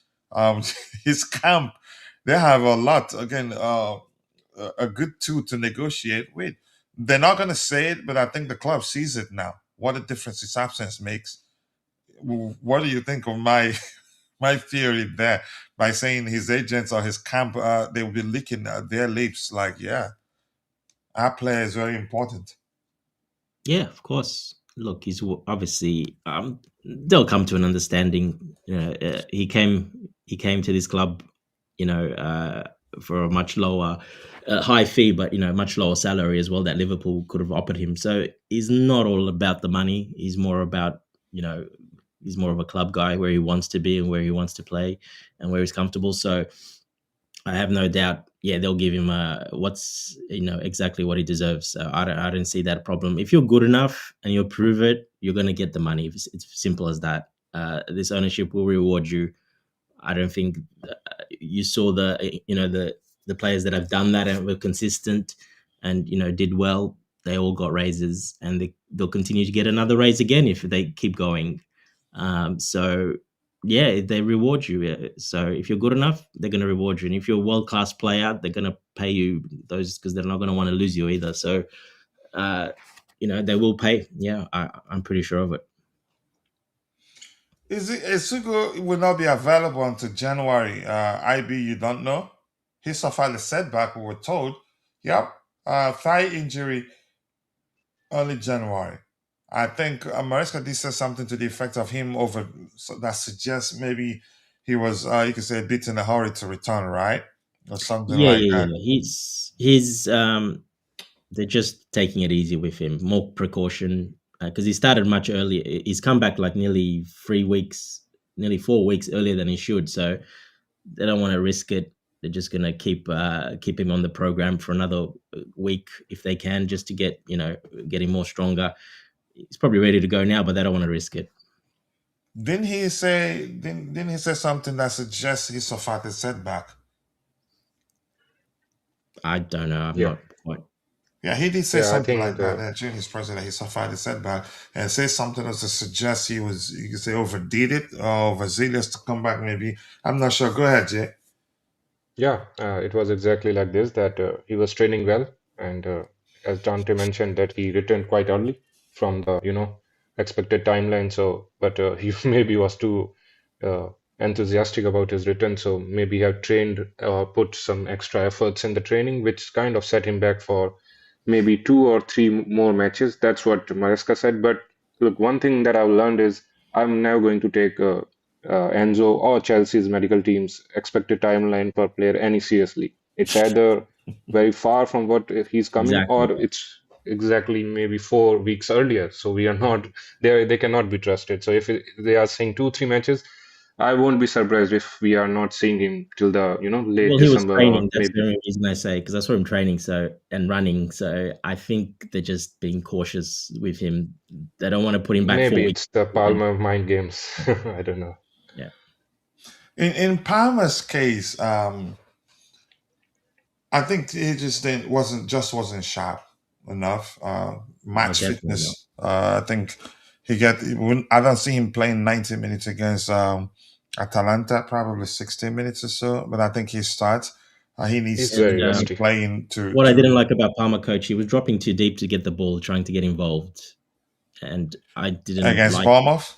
Yeah, I One didn't like thing, that too much because that there's a sorry, Dante, he's there's not a in the attacking discourse. area, and then he couldn't get back in time. He just because he wasn't getting touches, he was getting a bit frustrated, so he decided to get. I understand that, but I don't. But then when we did have those attacks and we did get through after, he wasn't able to be in the box or in a position to receive a ball to actually score. So I didn't like that he wanted to be involved a bit too much and dropping so deep. I thought that wasn't the best from him. Obviously, he wanted to get touches, get more confidence, but I don't think that worked. I think he overdid that a bit too much, in my opinion. Go ahead, Jay. You were saying something. Yeah, I think there's a debate just because this topic is now here because of Palmer. I think there's a discourse going on after that performance. Obviously, he's very rusty, and people shouldn't judge Palmer because of that performance.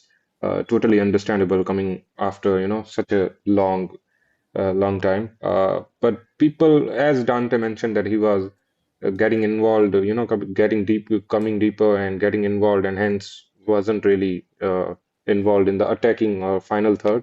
Uh, is it something down to the coaching, maybe of Maresca, or is it something, individual decisions? As again, Dante mentioned that he was getting frustrated for not getting involved, hence why he dropped deep and wanted to get himself more attentive towards the match. So is it something a coaching decision, or it's just Palmer trying to, being too much or trying to do too much? I think it wasn't coaching because I've seen him do that a couple of times when he's just been frustrated, and he was asked about once Maresca was asked, and he said, "Look, he's got a free role. He decides whatever he thinks is right in the game. He's got a free role basically to go to the left, to the right, more forward, a bit back. He's got a free role in that. So I don't think he was that. I just think he was eager. First game back, we weren't doing that well in the game, so he was just trying to be the guy. But I think he just kept dropping too deep, in my opinion. And I think that sort of didn't help us push forward, because when he did get the ball forward, or he went out wide and then we went forward, we actually got through a couple of times with Garnacho and Neto once, and the ball came back, but he was trailing way behind. He wasn't able to catch up. So yeah, I think he was just frustrated, just wanted to be involved a lot, because big game. He's been out for a while and just wanted to have an impact. But sometimes, yeah, those players like that, they just want to be involved, get the touch, just feel the ball, basically. But I don't think that helped the team too much, in my opinion. I think I actually didn't pay attention to that aspect of the whole thing. More importantly, I think what I did realize, he just wasn't, I guess, a 100% match fit, but it's important that he played. A lot of teams want Andreas Santos, but finally RSDs are doing their job, saying no sell. Malagusto being offered a new contract. There are decisions about renewal of Enzo Fernandez's contract. Interesting. That's the way you ended that sentence. The latter part of your comment shows you don't want Enzo Fernandez to get a new contract. That's how you ended it with interesting. He's gonna get it.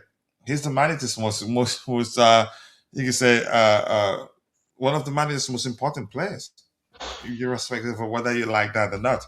But that's by the way. Let's see. Our top scorer in the Champions League is Esther William with 3 goals in the Champions League. That's quick. 2 for Samazic. Is that how you pronounce his name? Samardzic. His rating is 6.92, S level 7.83. X level has an SG of 2.6. 64, so he outperformed his XG. Same thing with the Napoli man there. S level played 5 matches, he played 4. Okay, and by the way, the game is tomorrow. So any insights here? No insights really. Okay, so let me see. Just vote as usual. I think probably, let's see. A lot of people believe Chelsea will beat them. I'll be shocked if that isn't the case. 62% believes Chelsea will beat them. 25% believes it ends in a draw, and 13% that thinks Atalanta will beat Chelsea. And that's 35,885 votes. No insights here. For us, we have Levi Cowell out. You know the gist. Liam Delap, yeah, you know the gist. Dario Esugo, you know. Romero Lavia, you do know. For them, they have Sulemana, and the Baka. Who's that? Mike? Is it Michael? Michelle Baka. I don't know those 2 players. I have to be honest with you. But yeah, not a team I know that well. But it's easy to figure out how teams play by seeing a few of their games. But you don't have to know. Coach the 3-5-2. They play the typical Italian Conte way. Wing backs. Wing backs. Yeah, 3 at the back with wing backs. That's how they like to play. So, but not super fast, because Zappacosta is like 37 years old. They've got a couple How of old is old Zappacosta now? 37, really? No, I think he's 36 or 35. So he's not 30. I'm pretty sure he's pretty old now. No, I'll check. 33 years old, yeah. Okay, but still, yeah, that's a lot. He was never the quickest, really. I thought he was older. Yeah, I actually thought he was older. No, he's 33, but yeah, he was never. No, he was pretty quick. He's very, very skinny. He's very light, so he can run a lot. Players like that can run a lot, no problem. So, just his physique. So, but yeah, that's how they play basically. But yeah, look, I think we've got the team, especially Caicedo being there. That's a big plus. And Santos, if he plays, got a bit of experience now. Santos, didn't do that well in the previous game, but he did very well the one before that. So he's got a bit of experience as well. So now I think we're pretty good. It's basically you keep possession away from them, they struggle. That's who they are. If they don't have the possession, they start struggling and breaking down. I'm pretty sure we're going to keep the ball better than them, but because, in Italy, you say this is going by how they play in Italy and how we play in England. They're averaging, I think they're better in that metric. They're better than us, but yeah. Yes, that's because the where teams, they play and slightly better actually, which guarantees that we're going to keep the ball a lot more than them. But go ahead. Yeah, look, I mean that's why this it's a bit skewed, these stats. It would be good to see if you can just put it against the top teams in Italy, because then you'll see a bit of a difference. So it's not quite the same. Like I said, the Napoli games that I saw, yeah, a bit different. You keep the ball away from them. They don't like to, they don't like that. It's not their game, so they really get really uncomfortable. And yeah, I think the only plus they'll probably have, because we have so many games and we're going to have to rotate quite a bit. But with Caicedo in there, I think we should be fine. And Hato's got a lot of European experience, and that's why I think he'll be fine in this game as well. It's not the Premier League; it's different, slower pace. It's going to suit him much better to get some game time as well. So I don't see it being a problem. Like I said, it's not the worst thing if we go there and get a result like as the draw. I think that's still not a bad result, to be honest. But yeah, I still think we'll probably just edge it out and get a win. Is there anything else you want to say about that? And good morning to you too, Chelsea Ultra. Nice to see you. I do hope you're doing well, and thank you for finding the time to join the conversation. Jay, anything else you want to Yeah. add to that before we go I news think on a draw tonight? is a bad Go result, ahead. especially in the form that we are. I think a draw is definitely a bad result for us, especially as I mentioned that the criteria and the close knitting of all the top 8 teams, it's very close. It's similar to what Premier League table shows. I think a draw will push us more towards playing the playoffs, which will obviously not be a good thing for us. We are already uh, lacking a lot of strength in our players. They are playing a lot of games, and I think it's not good. So we need victories. That Qarabag match has uh, already set us on the negative tone. So we need to win this match. So a draw for me is not good here, I clearly. think I'm going to start using Jay's, you could say, prediction, or maybe not prediction, concerns to be able to conclude on the possible outcome of a game of 5 games, future games. Jay, you weren't confident that we were going to beat Barcelona, right? No, But you were where did you confident get that we're that? definitely going to beat Leeds United and Bournemouth too. I think I was confident against Leeds, but yeah, it You was were confident about 50-50. against for Bournemouth game too. You were saying I think you did predict 3-1 Chelsea. Obviously, I'll never predict my team to lose. My prediction will always be a victory, but yeah, I was So much, much I'm more just paying confident. attention to the pattern. So every time you say you're concerned about a particular team, then I'll be certain we're beating them. So thank you. Jay's going to find a way to get back to me. Well, I'm not going to like it. But it's just as Look, yesterday, Jay. Chelsea look, Dodgers, the Chelsea Dodgers. Every time he says Chelsea will win a game, the rest assured we're losing or we're nah. drawing.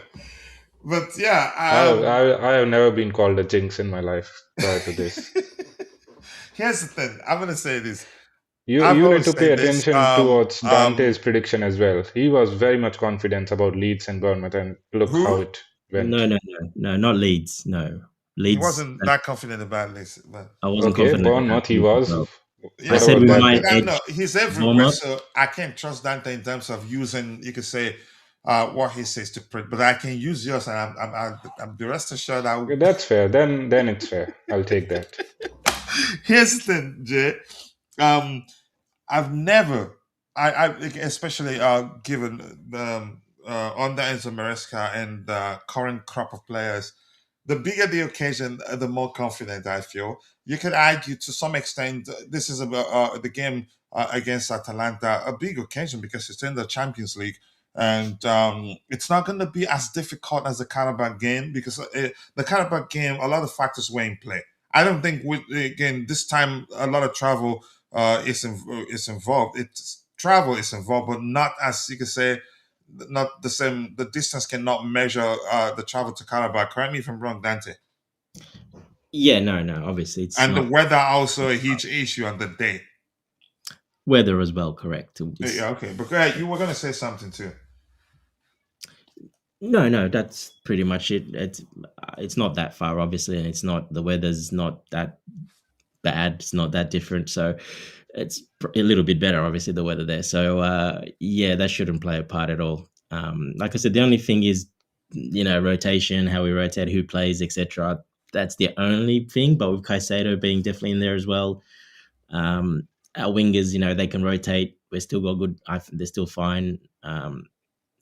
Santos coming in. Defenders, we're still, I think, pretty fine. I mean, I think we're still pretty good for this one. But I disagree with Jay where he thinks a draw is a bad. It's not It's not too bad. Then we got a couple of other easier teams coming up. But Paphos you and get the other the one. reason why he sees it as negative. Yeah, Come so on. if we get a draw this game and then we win our last couple of games and that, I mean, we're still in the top 8. So How if we are getting a draw here, then how are we going to beat Napoli? That's much tougher than this. we got It's the Paphos same country. and Napoli. What you think we can't beat Napoli? If we are not beating Atlanta, we cannot beat Napoli. That's at Stamford Bridge, by the way. Big difference. And I think the fans will be hostile. I guess we all agree Yeah, go ahead, that Jay. I guess we all agree that playing playoff games is not good for us. Those are No, it's two not additional good. games. So I'd rather. It's not bad in the sense that it still means we're in it, but we'll be better if not playing it because it reduces the workload. yeah, Well, it depends where we are in the cups as well. and That's also Dante, context also needs to be added. Maybe as an individual, maybe a draw in the Champions League we can do with it, but our record for the fans, it's important to get a victory today as well. We have been winless in 3 matches straight. Yeah, yeah, that's it's important important to too. get a victory, but it's not Yeah. the end of the world if we don't if we get a draw away to Atalanta. It's not the end of the world with heavy I think we're rotation. going to beat them.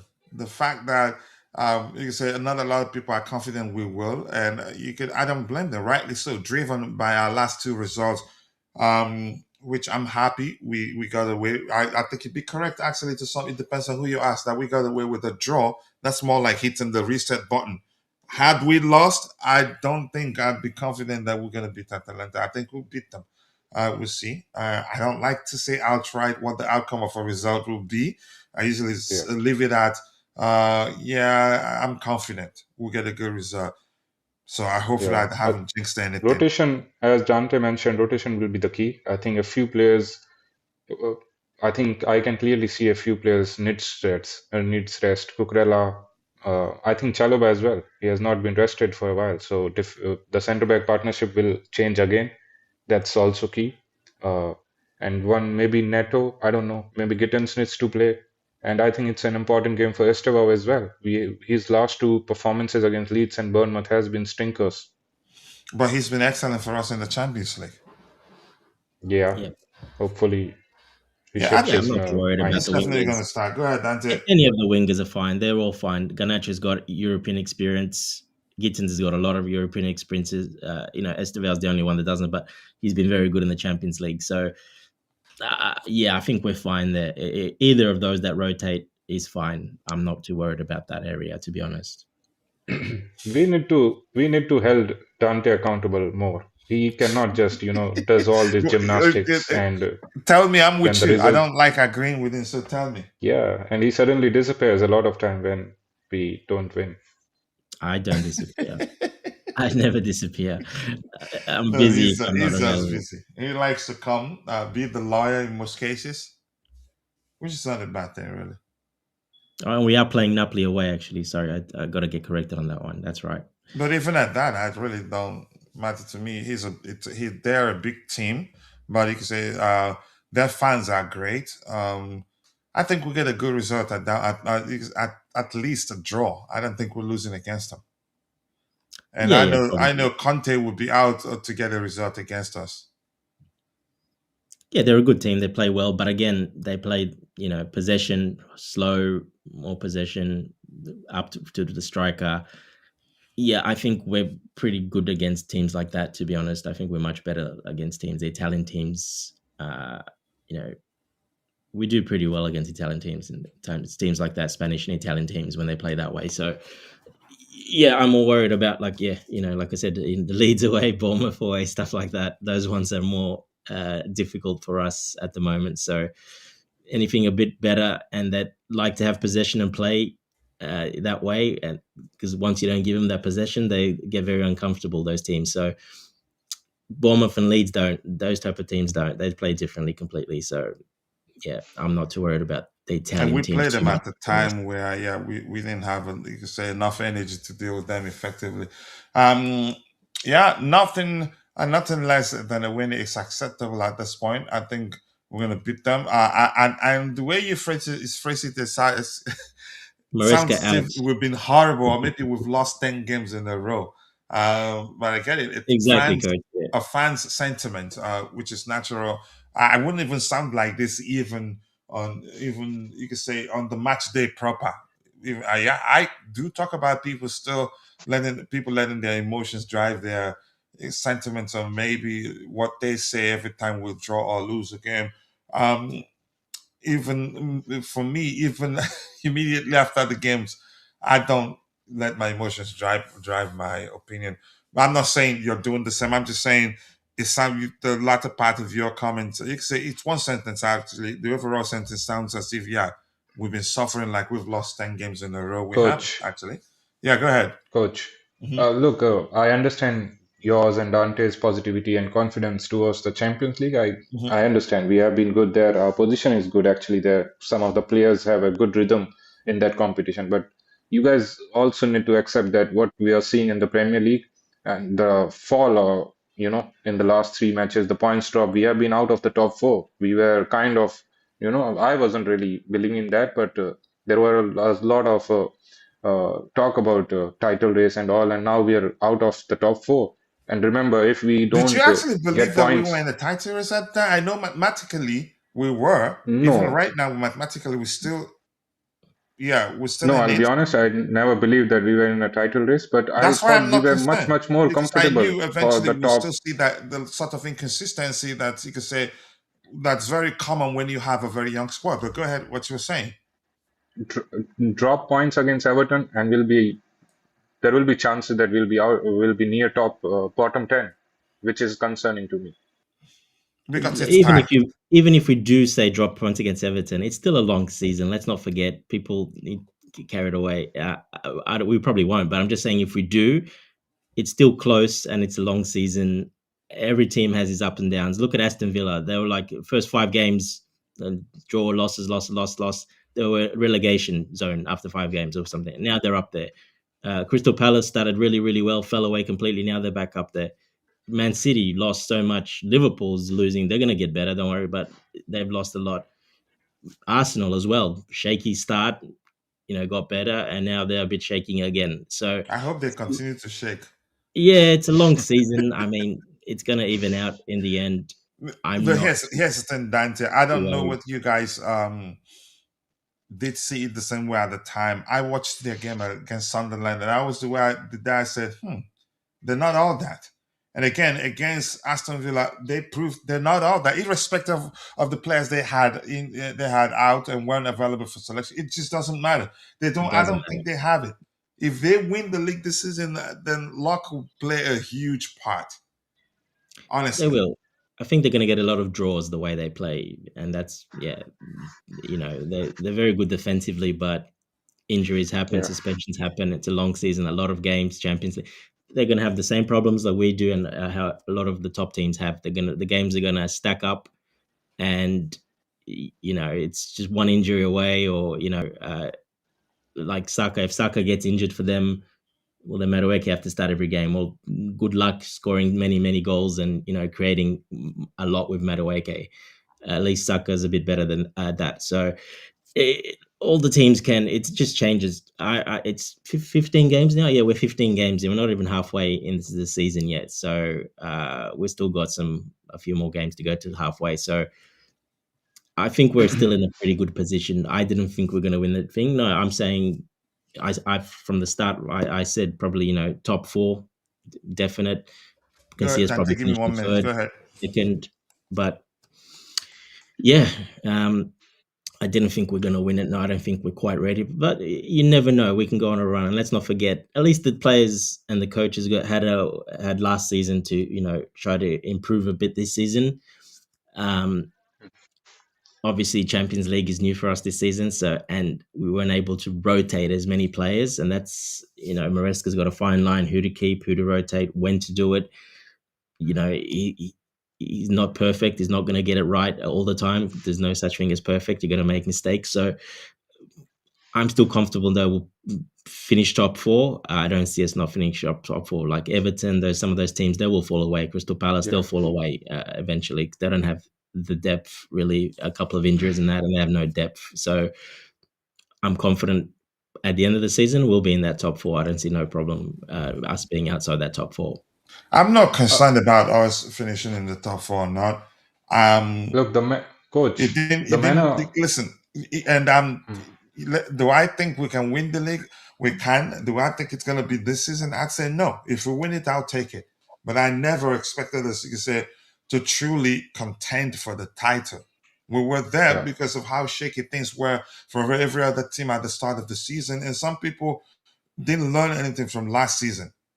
When the argument was that we're definitely in it, and some of us were telling people, look, mathematically we're in it, but given where we're at in terms of our project, we're not going to do it. If we pull it off, it'd be a miracle. If we win it, this is us to take it. Go ahead, Jay.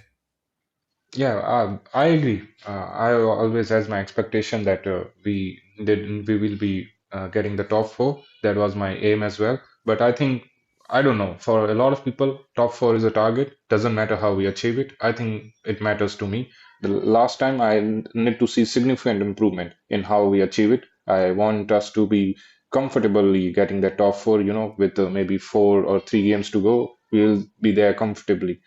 So that will be an improvement from the last season. That's the top four I want. Not like going to the last match day, struggling, lucks needed, hoping for this team to drop points. I don't want such situations to happen. And the manner in which we are losing points right now against teams like Sunderland, Leeds, Bournemouth, I think that's more concerning to me. Yes, we will face the top five teams, but those are the top five games against home. We will not win of them. But then there is the mid-table teams and the bottom teams, the relegation teams as well, against whom we struggle. And I want our record to be good against them. And there comes my concerns really, but hopefully we can improve it. And there is a very tight schedule as well. We need to see that, and we likely have got two players out. Delap is out, and for me, Tosin is kind of out for both the fans and the manager as well. So we have already lost two players in my eyes. So it's going to be a little tough.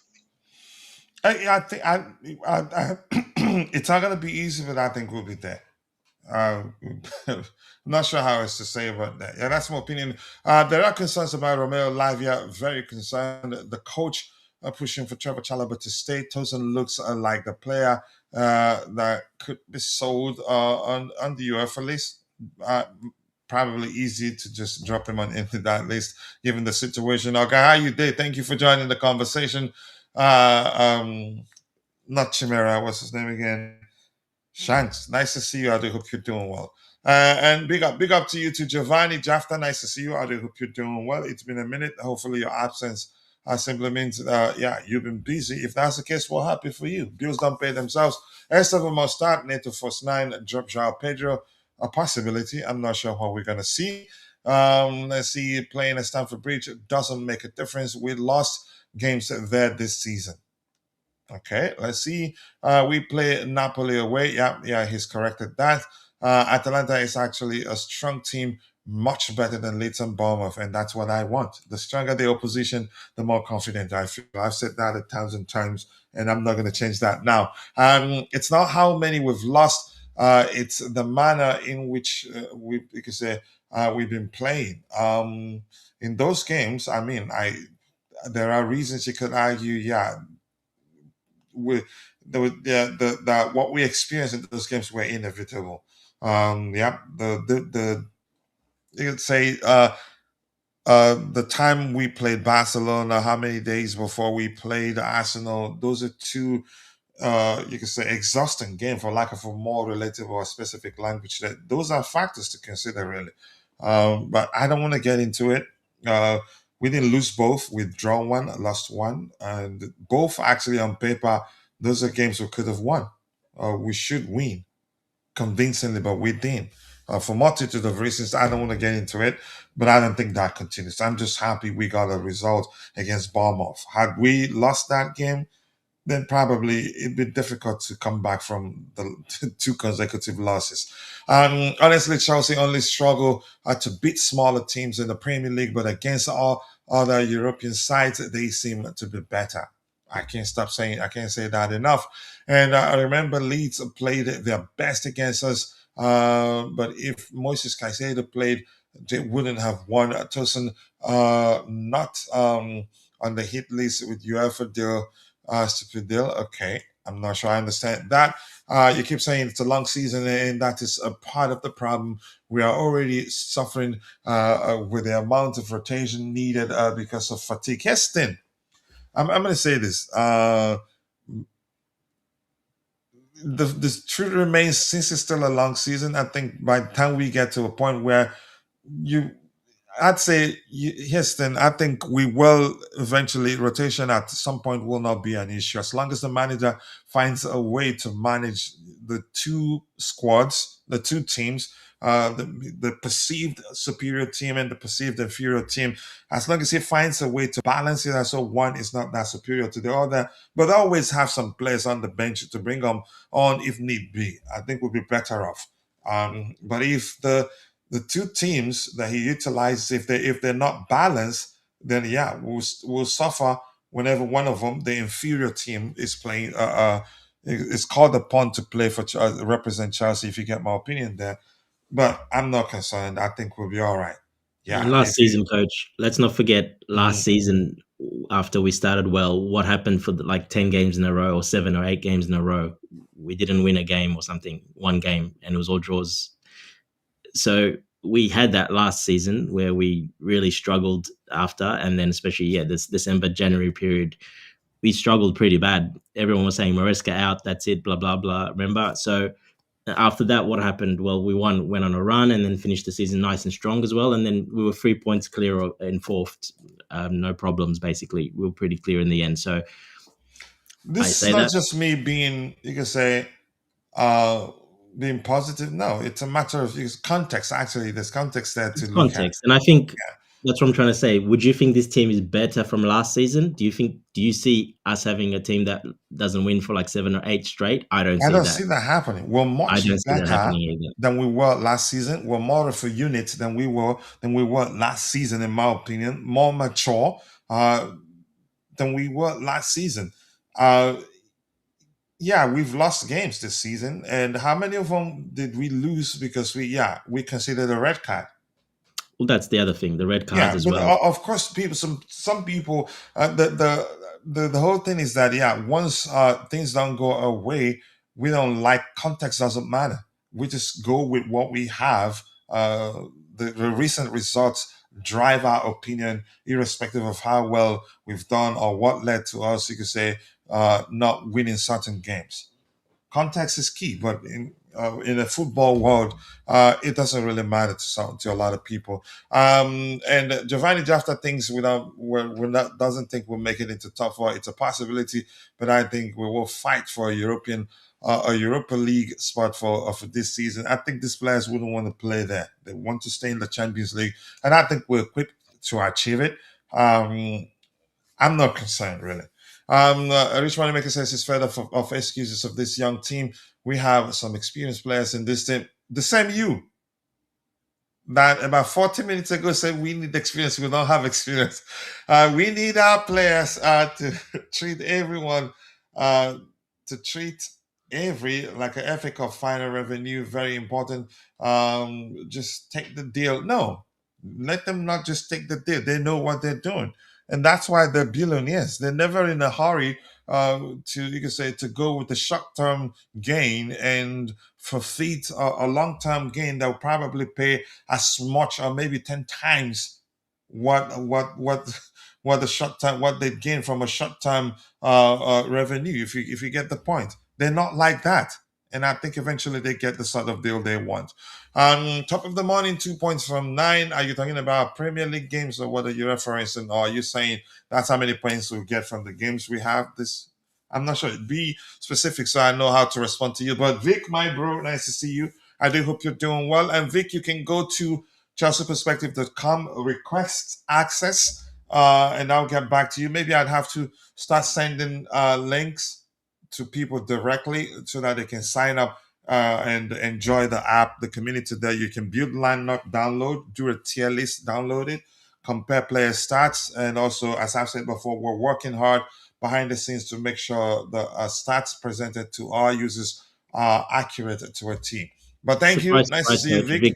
Vic turns But up when we're losing. We lost the you know, game, yeah, and that's a pattern to that. Yeah, yeah, there's a big pattern. He wasn't yeah. around beating Barcelona, beating those team. He wasn't around, but he's yeah, he's Didn't here see him. now. Yeah. Yeah, Yes, I think we're better this season, but it's too early to say really. I think we're better this season, definitely. But that doesn't guarantee that we finish top four or win anything. We still have to put in the work needed. We're a much better team. There are games we've won that had it been had we played that game the season before, we'd lose them. Um, not enough likes. More likes, people. Keep dropping the likes on the stream. The likes to go along with 21 likes, and we'll be ending soon. Within, you could say, within stream yesterday, that you could argue broke our momentum, but we're fine. We're back for good. Well, because I was busy working behind the scenes to get our web app up and running, and it's really delicious. If you're able to log in, ooh, you will love it. Everything, but a lot of work still. Again, that's why we're a lot of work still to do to get it to be not perfect, maybe very enjoyable as we intend for it to be. Anything else? Let's see before we go news something and call it a day. Dante, anything else you want us to talk about? oh, good coach. Yeah. All right, I'll come back. We'll go news hunting. Then we'll call it a day. I'll come back so that let me just wake up this guy to start preparing for school. I'll be back in 1 minute.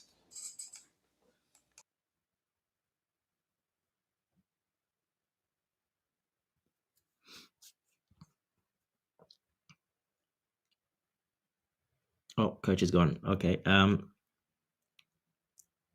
Rich money makers fed up with the excuse of this young team.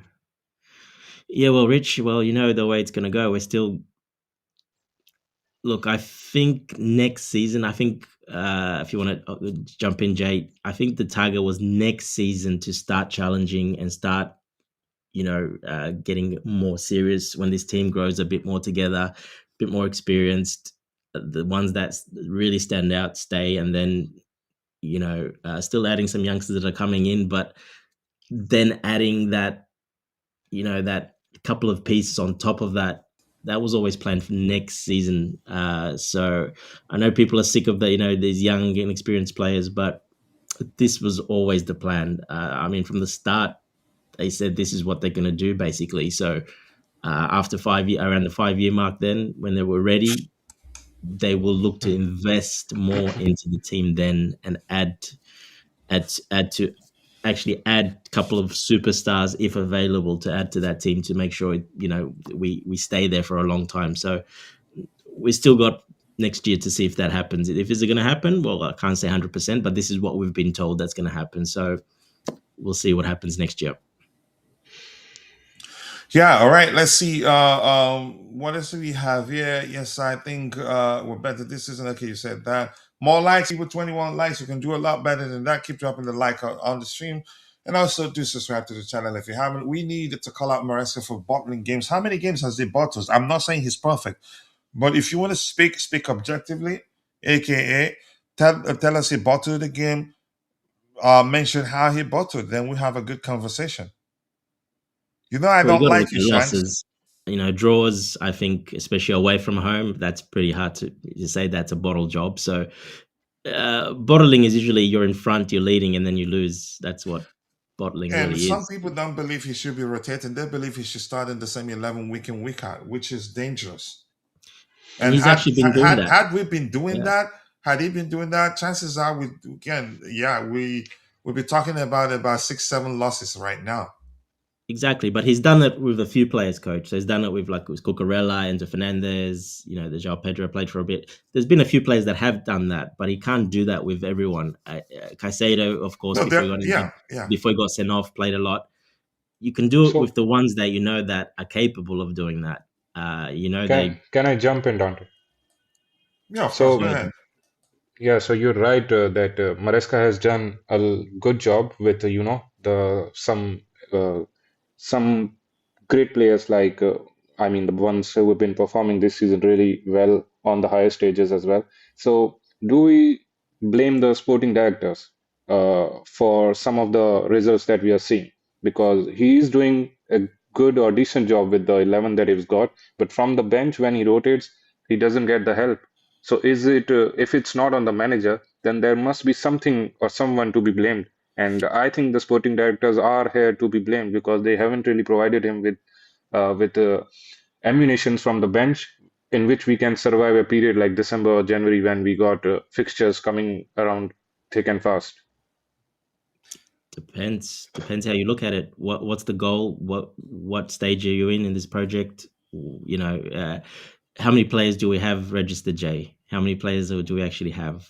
We have we have players. It's just how to use them. So yes, some are not ready, some are ready, some are not. But it just depends how you look at it. Coach, if you want to chip in, whatever you think. To a considerable extent, I'd stick with we have a good squad. Injuries that we haven't helped. Yeah, The squad depth isn't the issue for me. Some players still maybe might still need time to adapt properly. No, squad depth isn't the issue. And the shocking thing is that people usually don't talk about squad depth until we lose a game. Yeah. So we just need to be patient. And I'm going to say this. You could say, could things have been different if we had more experienced players to call upon, or maybe from the bench? Yeah, maybe, but we don't know. We're speaking in hindsight now. But all our players, all of them, irrespective of what anybody think, I don't see one player to call upon right now and say he's a bad player, and I say, yeah, he's a bad player. Maybe you bring up the argument and say that player isn't good enough for Chelsea, then yeah, maybe we have a conversation. But I don't see any that I look at and say not good enough for Chelsea. If anything, they just need a bit of time, or they need a situation where if you have them on the pitch, make sure it's a mix of, you can say, the old heads, old guards maybe, or more experienced players, and one of those youngsters. yeah, that's Because exactly the truth my point. remains, irrespective of how good you are, if you start a game with a lot of, you could say, new players, no proper chemistry, you still look bad yourself. Right. But if the manager balances it out well, then yeah, even if we have a bad player on the pitch, you wouldn't even notice that much.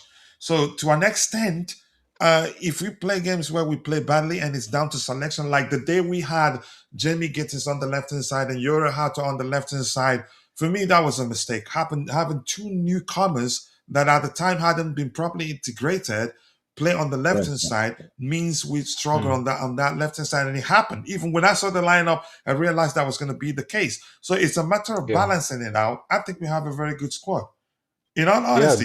But results drive the opinion of the average fan. Draw, lose, or win. One of those things define the sort of opinion you get from a fan base at any given time. If we win, it's all flowery everywhere, everybody rejoicing. Nobody will talk about a single bad player until we lose or draw against a team that on paper, everybody thinks we should be mopping the stadium carpet with. I think the sporting directors, I think they've done well, actually. But that's just my opinion. People have every right to argue otherwise. Yeah, before you go into, just let me add, the sporting directors, what is their job? Who's telling them what to sign? Well, they've got the instructions, who to sign, who to look for, and what type of players to sign. Now that comes obviously from higher up. Okay. If they were asked to sign ready-made players, you think they wouldn't? I think they would, but that's not their job. Their job is to find these type of players, young, that can turn into stars. Yeah, you're going to sign 50 of them like we have, and only 10 of them are going to make it, probably, like, to be really, you can put them in that bracket that can make it to the next, as in maybe world class. But that's what the project is. That's what they want to sign and find those players. That's what they're just doing their job, and I think they've done actually a lot of people I know hate them quite a lot. But if you look at the job they were asked to do, I think they've done their job. They have, really. And They've done the job eventually, pretty well, in my yeah, opinion. They've and hit a lot eventually a of lot of big people will find. targets. And here's the thing, Jake. Can we say this quickly, if you don't mind? Dante, I sincerely do Yeah, apologize go. for cutting you off. There's no world where they'd sign a player for the first team without Enzo Maresca said, yes, I can work with that player. Of course, he already said he's got a say in it. Yeah, Yes. exactly. I don't see a world where that happens. If he says that player, no, that's it. That's it. They're not going to force it. We should, again, But that's the importance of sometimes taking a step back and looking at how things will really work. But I get some but people who are coach, out there will be out there screaming, he's a yes man, yes man. You could argue, yeah, if we say we have a bad player, then you blame them to a certain extent. I don't see a yeah, world where they sign a player. If you want me to use the term sign a check, just metaphorically, it doesn't work that way. They sign a check without Enzo Maresca saying, yes, I want that player. It just reminds me of the case of Lukaku. And I'm saying this because I saw the in the chat. I want him to lose his SHIT. We had a fight because he liked Lukaku. The elephant. At the time, Chelsea pushed through with the signing of Lukaku because what's his name? Thomas Tuchel agreed, irrespective of whether Roman Abramovich wife was the one that said, or his son was, or the one, or his favorite child was the one that suggested for Chelsea to move for him. Had Thomas Tuchel said no, it's not going to work, They wouldn't have especially signed after him. winning the Champions League, Chelsea wouldn't have gone through with it. So I'm not going to blame the sporting directors. They have their job and they have a blueprint, if you prefer, if you want to work with. Even at that, they don't sign any player for the first team. To be more specific, that Enzo Maresca said he doesn't want, or he thinks we can do better than that player. And I think we have a good squad. We just have to be patient. They're not perfect. We have a lot of young players. Some of them, you could argue, need time to adapt, or with the pace of the Premier League and on. But maybe Enzo Maresca, should learn to balance out the rotation so quality isn't tilted unfairly in favor to one of the 11s. That's the argument I have, and that's my opinion. And it's pretty clear and evident that Maresca, the lap, for example, that's definitely Maresca said yes to that one. Obviously, João Pedro, he said yes to that. He wanted a number 9, another hybrid 9, and he wanted a more physical forward. So he got both those. So he definitely signed off on those. You can see, I mean, even Hato as a left back, yeah, he probably hasn't been quite ready for the Premier League games, but the European games he did pretty well that he played, the last one. So he'll be ready soon. I think the problem is, like I said, the FA Cup, the cups are coming now as well. The more games, they're going to play a lot, and every week they're going to play because there's a cup game every week, basically. FA, Darling Cup, there's cups every week. So even that one, I think he would have signed off on. He's one of the best left backs in the world, young in the world, with leadership and experience at that age. So he would have said. So it's pretty clear that they've worked together, and they're in that path. But the sporting directors are just doing their job, and it's young players, but that's what they need. That's their job. They haven't been asked to go for experienced superstar signings, in their prime. No. So they're just doing their job, and I think they've done it well. They've done actually very well. If you look at it, the hit rate is pretty good, and the ones that they didn't hit on sold for profit or equal at worst. I think maybe there's been one or two that's not made any profit. But so financially, they did very well, and they've done pretty well with the ones they've hit on as well. So, I don't think they're the problem. There's no problem. It's just the process and the project that is. Now, like I was saying That needs before, patience.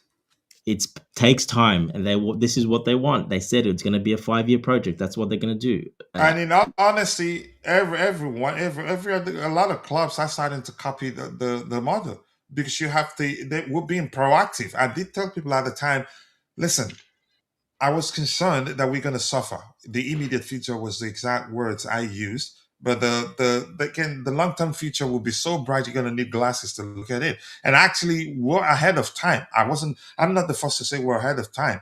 Maresca have said it, and I think a lot of people that The club has said understand it, the the statement, yeah. project and understand the path taken needs patience. But even at that, Look how much progress we've made. We're actually way ahead of time. It's a matter of understanding that football has changed from a financial perspective.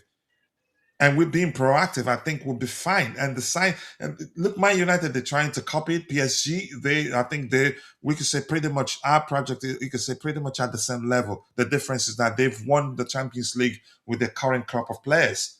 And you could argue we've won a much bigger trophy than them, actually, the Club World Cup. That's the argument I'll bring to the table. Yeah, If but anybody they're playing wants, a league where they can do that. and So. yeah, exactly. Let anybody bring that up. So I think it's if the sooner a lot of people understand the project, the sooner they know what they're doing, and they're not in a hurry to get there. But we got there in a hurry naturally, not that we forced it. The Because biggest mistakes they winning two did. trophies, Yep. that changes a lot in terms of mentality for these young players. Look, just pay attention to how far we'll go in the Champions League, because Coach, they've tasted weed. It changes their mentality I think forever. the big mistakes they did made was not getting the right manager. Can you imagine if Maresca was here, Yeah. from the start of the project? Big Yeah, difference. exactly. Like, This has been a their lot of problem. people- They've got the wrong managers. The first one, obviously, we know our ex. I think, our ex wasn't the worst choice. It was a good choice. It just didn't work out for other reasons. Thank God for that. But anyway, it was the right intention there. So it's just they didn't have the right manager to actually take it and do what it needed to do. So they finally got that in Maresca. And yes, they did back him a little bit, and they're going to back him even more next season. Especially because we've been in the Champions League this season. So I think we've got the right manager now. That was very important. I think that's the biggest mistakes they did out of everything is they just didn't hit on the first two managers, unfortunately. Is he perfect? I'd be the first to say no. He's not perfect. No, he's not perfect. And Dante, my biggest issue with him, right? It can't be perfect. There's no such thing as perfect. My biggest issue with him is how he handled João Felix certain stint at Chelsea by openly saying João Felix is not playing because Cole Palmer is available. I didn't like that. And I believed at the time that he had the opportunity to create a healthy relationship between healthy competition between the two players. Yeah, but Coach, you saw, who do you think is the problem in the end? Are you telling me Maresca was the problem or João Felix from what happened? No. Listen again, the fact that he said publicly that João Felix isn't playing because of Cole Palmer, I think you could have phrased that differently. I mean, he was just being honest.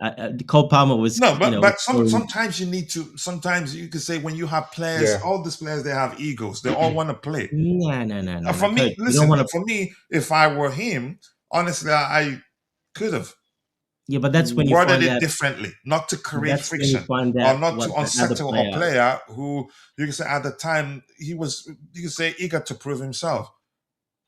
But he Coach, didn't just say because you might be what's his name Cole Palmer we could say at the time was in a better form. He just says blatantly because Cole Palmer he's not playing because of Cole Palmer.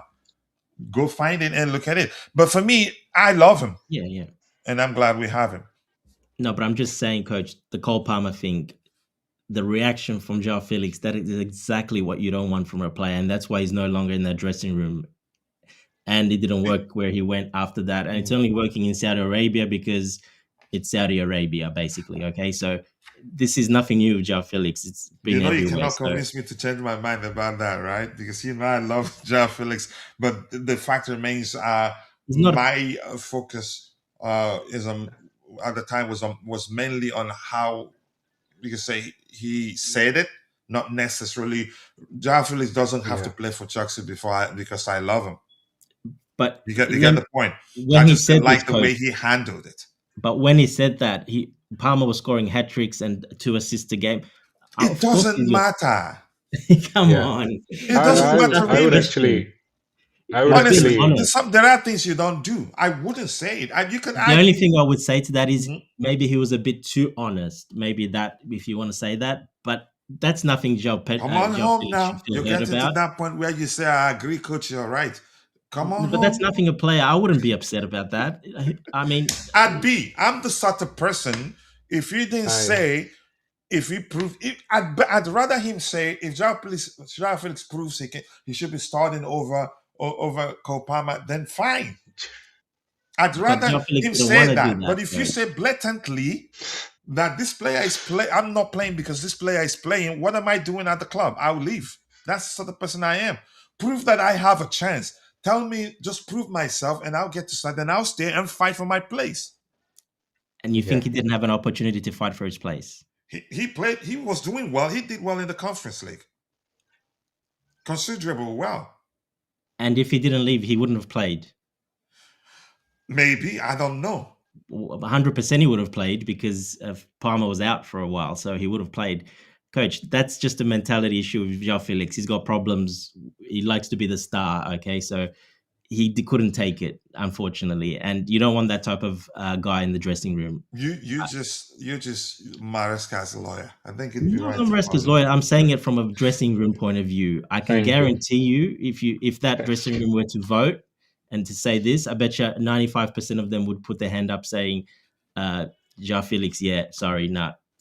Here's Out. the thing. Something I want to say. I always knew it was going to be a problem keeping Joao Felix and Palmer happy. I always knew that was going to be the case. In all honesty, the debate aside, I just didn't like the way he handled it, and that's my opinion. You could say he's correct, but I think he could have worded that differently.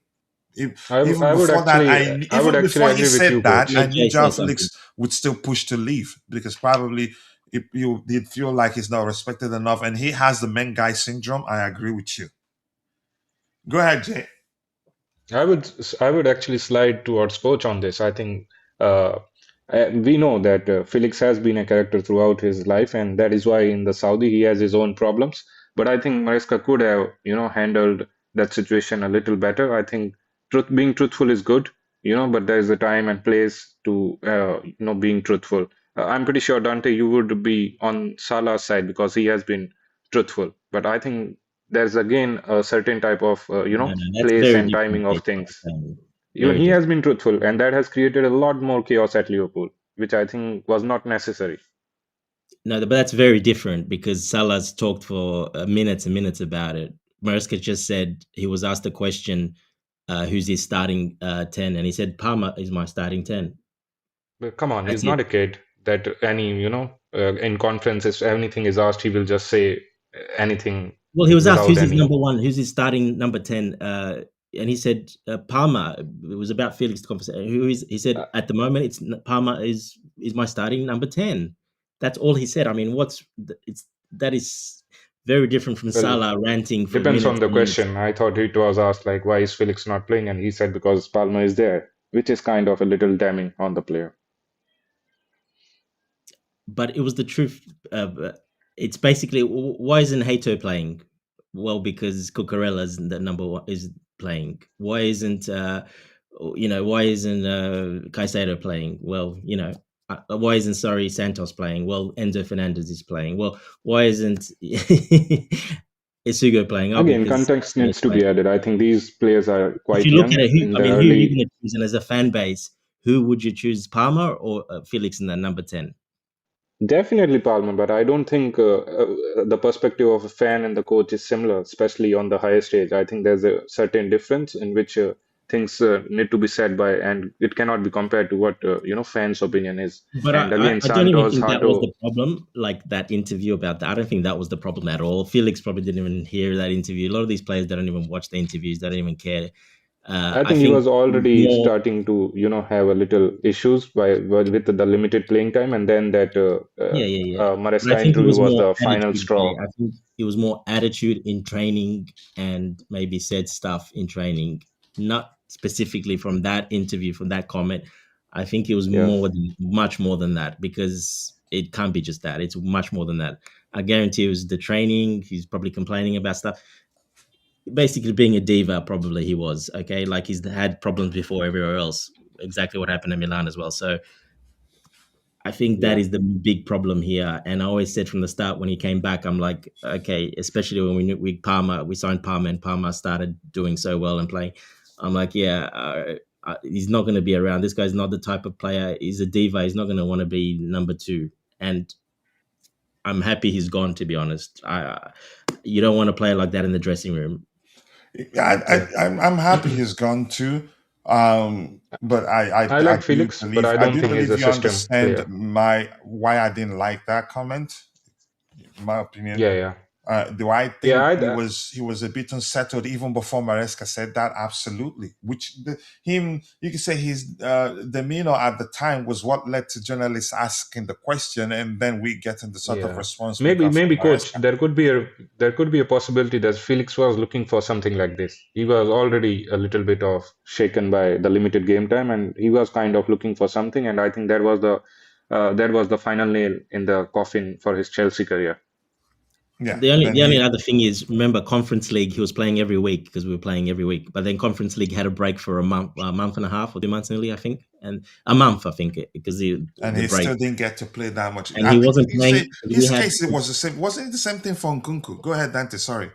similar, a bit similar, but Nkunku is different. He's professional. He never complained. Nothing. He's completely different. But yeah, he wasn't playing for a whole month, and we had Premier League games in that month, and we had important games, which he was never going to start anyway in those games, because they were too important, those games. So that was the problem. He didn't play for that whole month because of that. Palmer was still ahead of him, and then Conference League was going to restart again in the January period, or February, I can't remember. And he would have played a lot of games all the way to the final, whatever. He would have played a lot, and Palmer then got injured, and he would have played like 15 to 20 games in the Premier League as well. So, and Maresca did say this: patience, but Felix is not the type of patience. And like I said, you don't want a guy like that in the dressing room because that's only going to cause trouble and problems.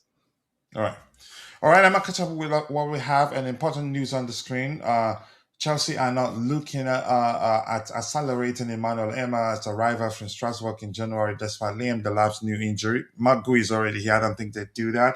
Plus, that will strain the relationship between the two clubs. And as I've said before, yes, they are our sister club, but there is, you could say, a measure of independence there. They don't do everything Chelsea want them to do. If that makes sense to anybody that's listening. Yes, the sporting directors share the blame, but they didn't tell Maresca to play a back three against Leeds United or bring Silva on so late against Bournemouth. What else do we have here? Not the bench are good issue. We haven't seen key guys healthy, e.g. Esugo and Lavia. Yeah, exactly. And some players aren't quite there yet. But they will get there eventually. So I'm not concerned about our squad depth. Do I think we have a perfect squad? I say no, but we have a very good squad. More likes, people, and big. Ooh, nice to see you. I gotta catch up and run. Yep. Let's see. I like Newcastle recruitment. I cannot believe we had a chance to sign experienced CB. The Ezra said no. We after to be careful. How do you know they said no? Were you paying attention to what happened at the time? Did you even know that at the time there were constraints that led to us not signing as many players as we wanted that window? You could argue that was what led to us not signing Xavi Simons, the UEFA registration issue. Aston Villa and Newcastle will push us out of the top four if we don't push this project. Yes, we won 2 cups. Let's get the FA Cup and the League Cup. I think we get at least 1 trophy this season. Which one? I don't know. And I'm counting Champions League as one of the trophies. Coach out, you two out, and he says Dante out there to Beho. Bro, I'll reach out to you soon. We have some plans to make, and yeah, Dante inclusive and even Jay. You lost your patience. Okay, let's see. I'd say yes. Toss the lab. I switched 40 million down the drain, completely useless. I don't think he's useless to our title charge. We needed to splash big on Osimhen. Osimhen will still struggle under Maresca. Not struggle really. It'd still be the same thing. Everything. Pay attention to the way the manager likes to play. We don't play in a manner a number 9 will get tons of goals. And you could argue that must have been one of the reasons why Osimhen decided not to come to Chelsea. But Paul and Lawrence are making decisions, and Enzo Maresca cannot overpower them, but they cannot sign players he doesn't want for the first team. It goes both ways. Anything else here? And with that, Jay out too. Happy day. Thank you, Exhibit. Thank you for joining the conversation. They say lateness is greatness. We're on the verge of calling it a day. He says, by the way, Crystal Palace defense has conceded 5 fewer goals than us, and they play impressively. Mateta is better than anything we have. Okay. I think you must be a moderator for Minerals FC. You sound like one of his disciples. Thank you so much, Wendy Williams, my sister. I appreciate you for joining the show. I do hope you're doing well. And let's say I wouldn't be worried about Crystal Palace because they will eventually fall back. Possibly the same thing Nottingham Forest did last season. But that's, by the way. Anything else you guys want to talk about? And please go to our website. Yep, that's where the web app lives right now. It's not downloadable on any devices right now, but the web application lives. It lives on our website right now. We changed it from the old design to now the more like app design right now, and it's fun. You can build the lineup there, download the lineup, share the lineup, or you can also do a tier list, share the tier list. You can compare player stats. You can do a whole vote, rate a player after a game. Everything, a whole lot of fun there. Quizzes. I haven't created any quiz, but there's a feature that will allow us to create quiz so that our users can have a lot of fun. News, everything there. And give us a feedback on how we can make it better, or something you want to see there that's not implemented yet. See the link, www.chelseaperspective.com. Request access. I'll see your email and I'll allow you, and I'll teach you how you can get on. We still have a bit of issue. The engine is producing a very bad link. Big up to you too, Fundamental Blue. And 70 Williams says that CP was good last season because he knew JF is top. On the bench. Let's see what else we have here. Good morning to you too, amigo from Florida. Nice to see you one more time. Chelsea Necessita Jao, Ordonez. Yeah, we signed them. Let's see, Coach Maresca plays exactly like Pep Arteta does to Osimhen with 200% succeed. You don't get it, do you? We don't play. Let me simplify it for you. We don't play in a manner where when we get to the final third, we channel all our goal scoring chances through a single individual. That's not going to mean, that doesn't necessarily mean number 9s will not do well at Chelsea, but they'd have a balance of assists and goals. It could tilt either way, but it's not going to be tons of goals as number 9s. But that's my opinion. Anything else anybody else want to say before we call it a day? Oh, good, Coach. Definitely not Arteta. Yeah, not Arteta too. Arteta plays so haram football, if you don't know. So thank you, Jeff, for joining the conversation on the panel. I appreciate you. You asked an excellent question, and I think we should elaborate on that, look into whether we have a good enough squad or not. That's an excellent topic to talk about. Thank you, Shanks. Thank you, Advocastro. Nice to see you, Shea Wendy Williams, my Ghanaian sister here. Much love to you. Who else was here? Vic was here. Just dropped a comment and left. Doom, how'd you say that? Doomsday Prophet or something like that. Rich Money Nichols, nice to see you. I don't want to lose my voice. And if I miss your name, apologies. I'm only human. See you guys next time. God bless us all. And cheers. Big up, guys. Thank you, guys. Yeah. Thank you.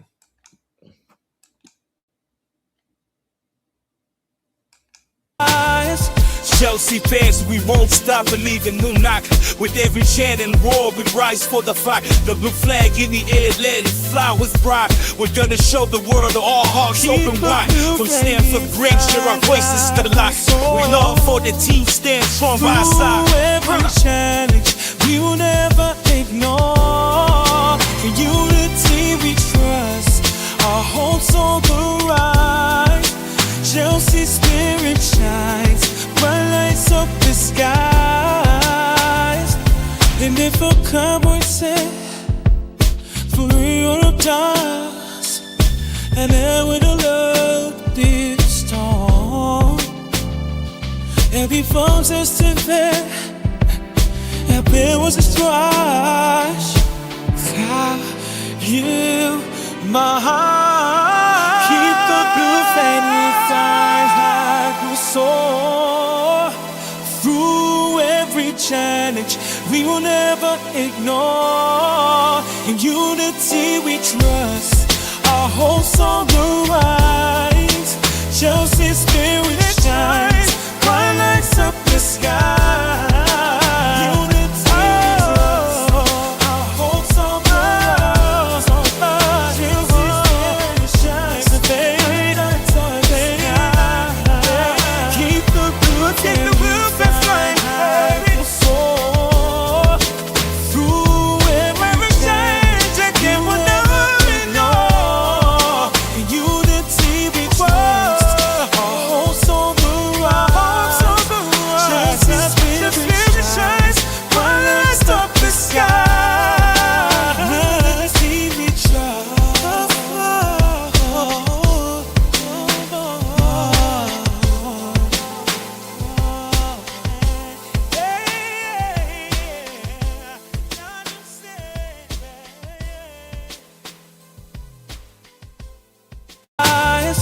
Chelsea fans, we won't stop believing. New knock with every chant and roar, we rise for the fight. The blue flag in the air, let it fly with pride. We're gonna show the world all hearts open wide. From Stamford Bridge, share our voices to the light. We love for the team, stand strong by our side. Every challenge, we will never ignore. In unity we trust, our hopes on the rise.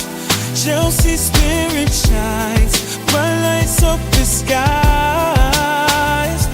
And if a cowboy said, for Europe does, and then with a love this storm, every phone says to bed, and there was a strife. How you, my heart, keep the blue fading stars like we soar.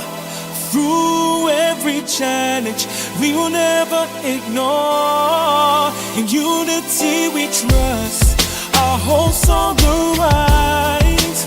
Chelsea spirit shines, bright lights up the sky.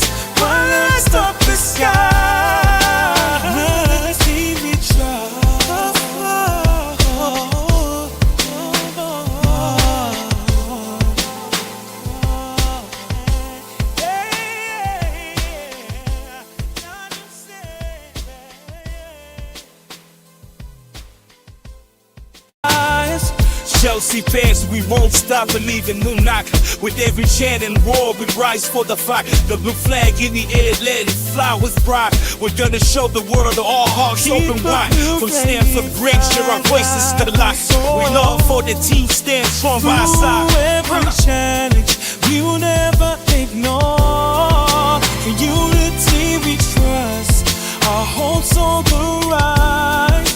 Chelsea spirit shines, bright lights up the skies. And if a cowboy said, for Europe does, and then with a love this storm, every phone says to bed,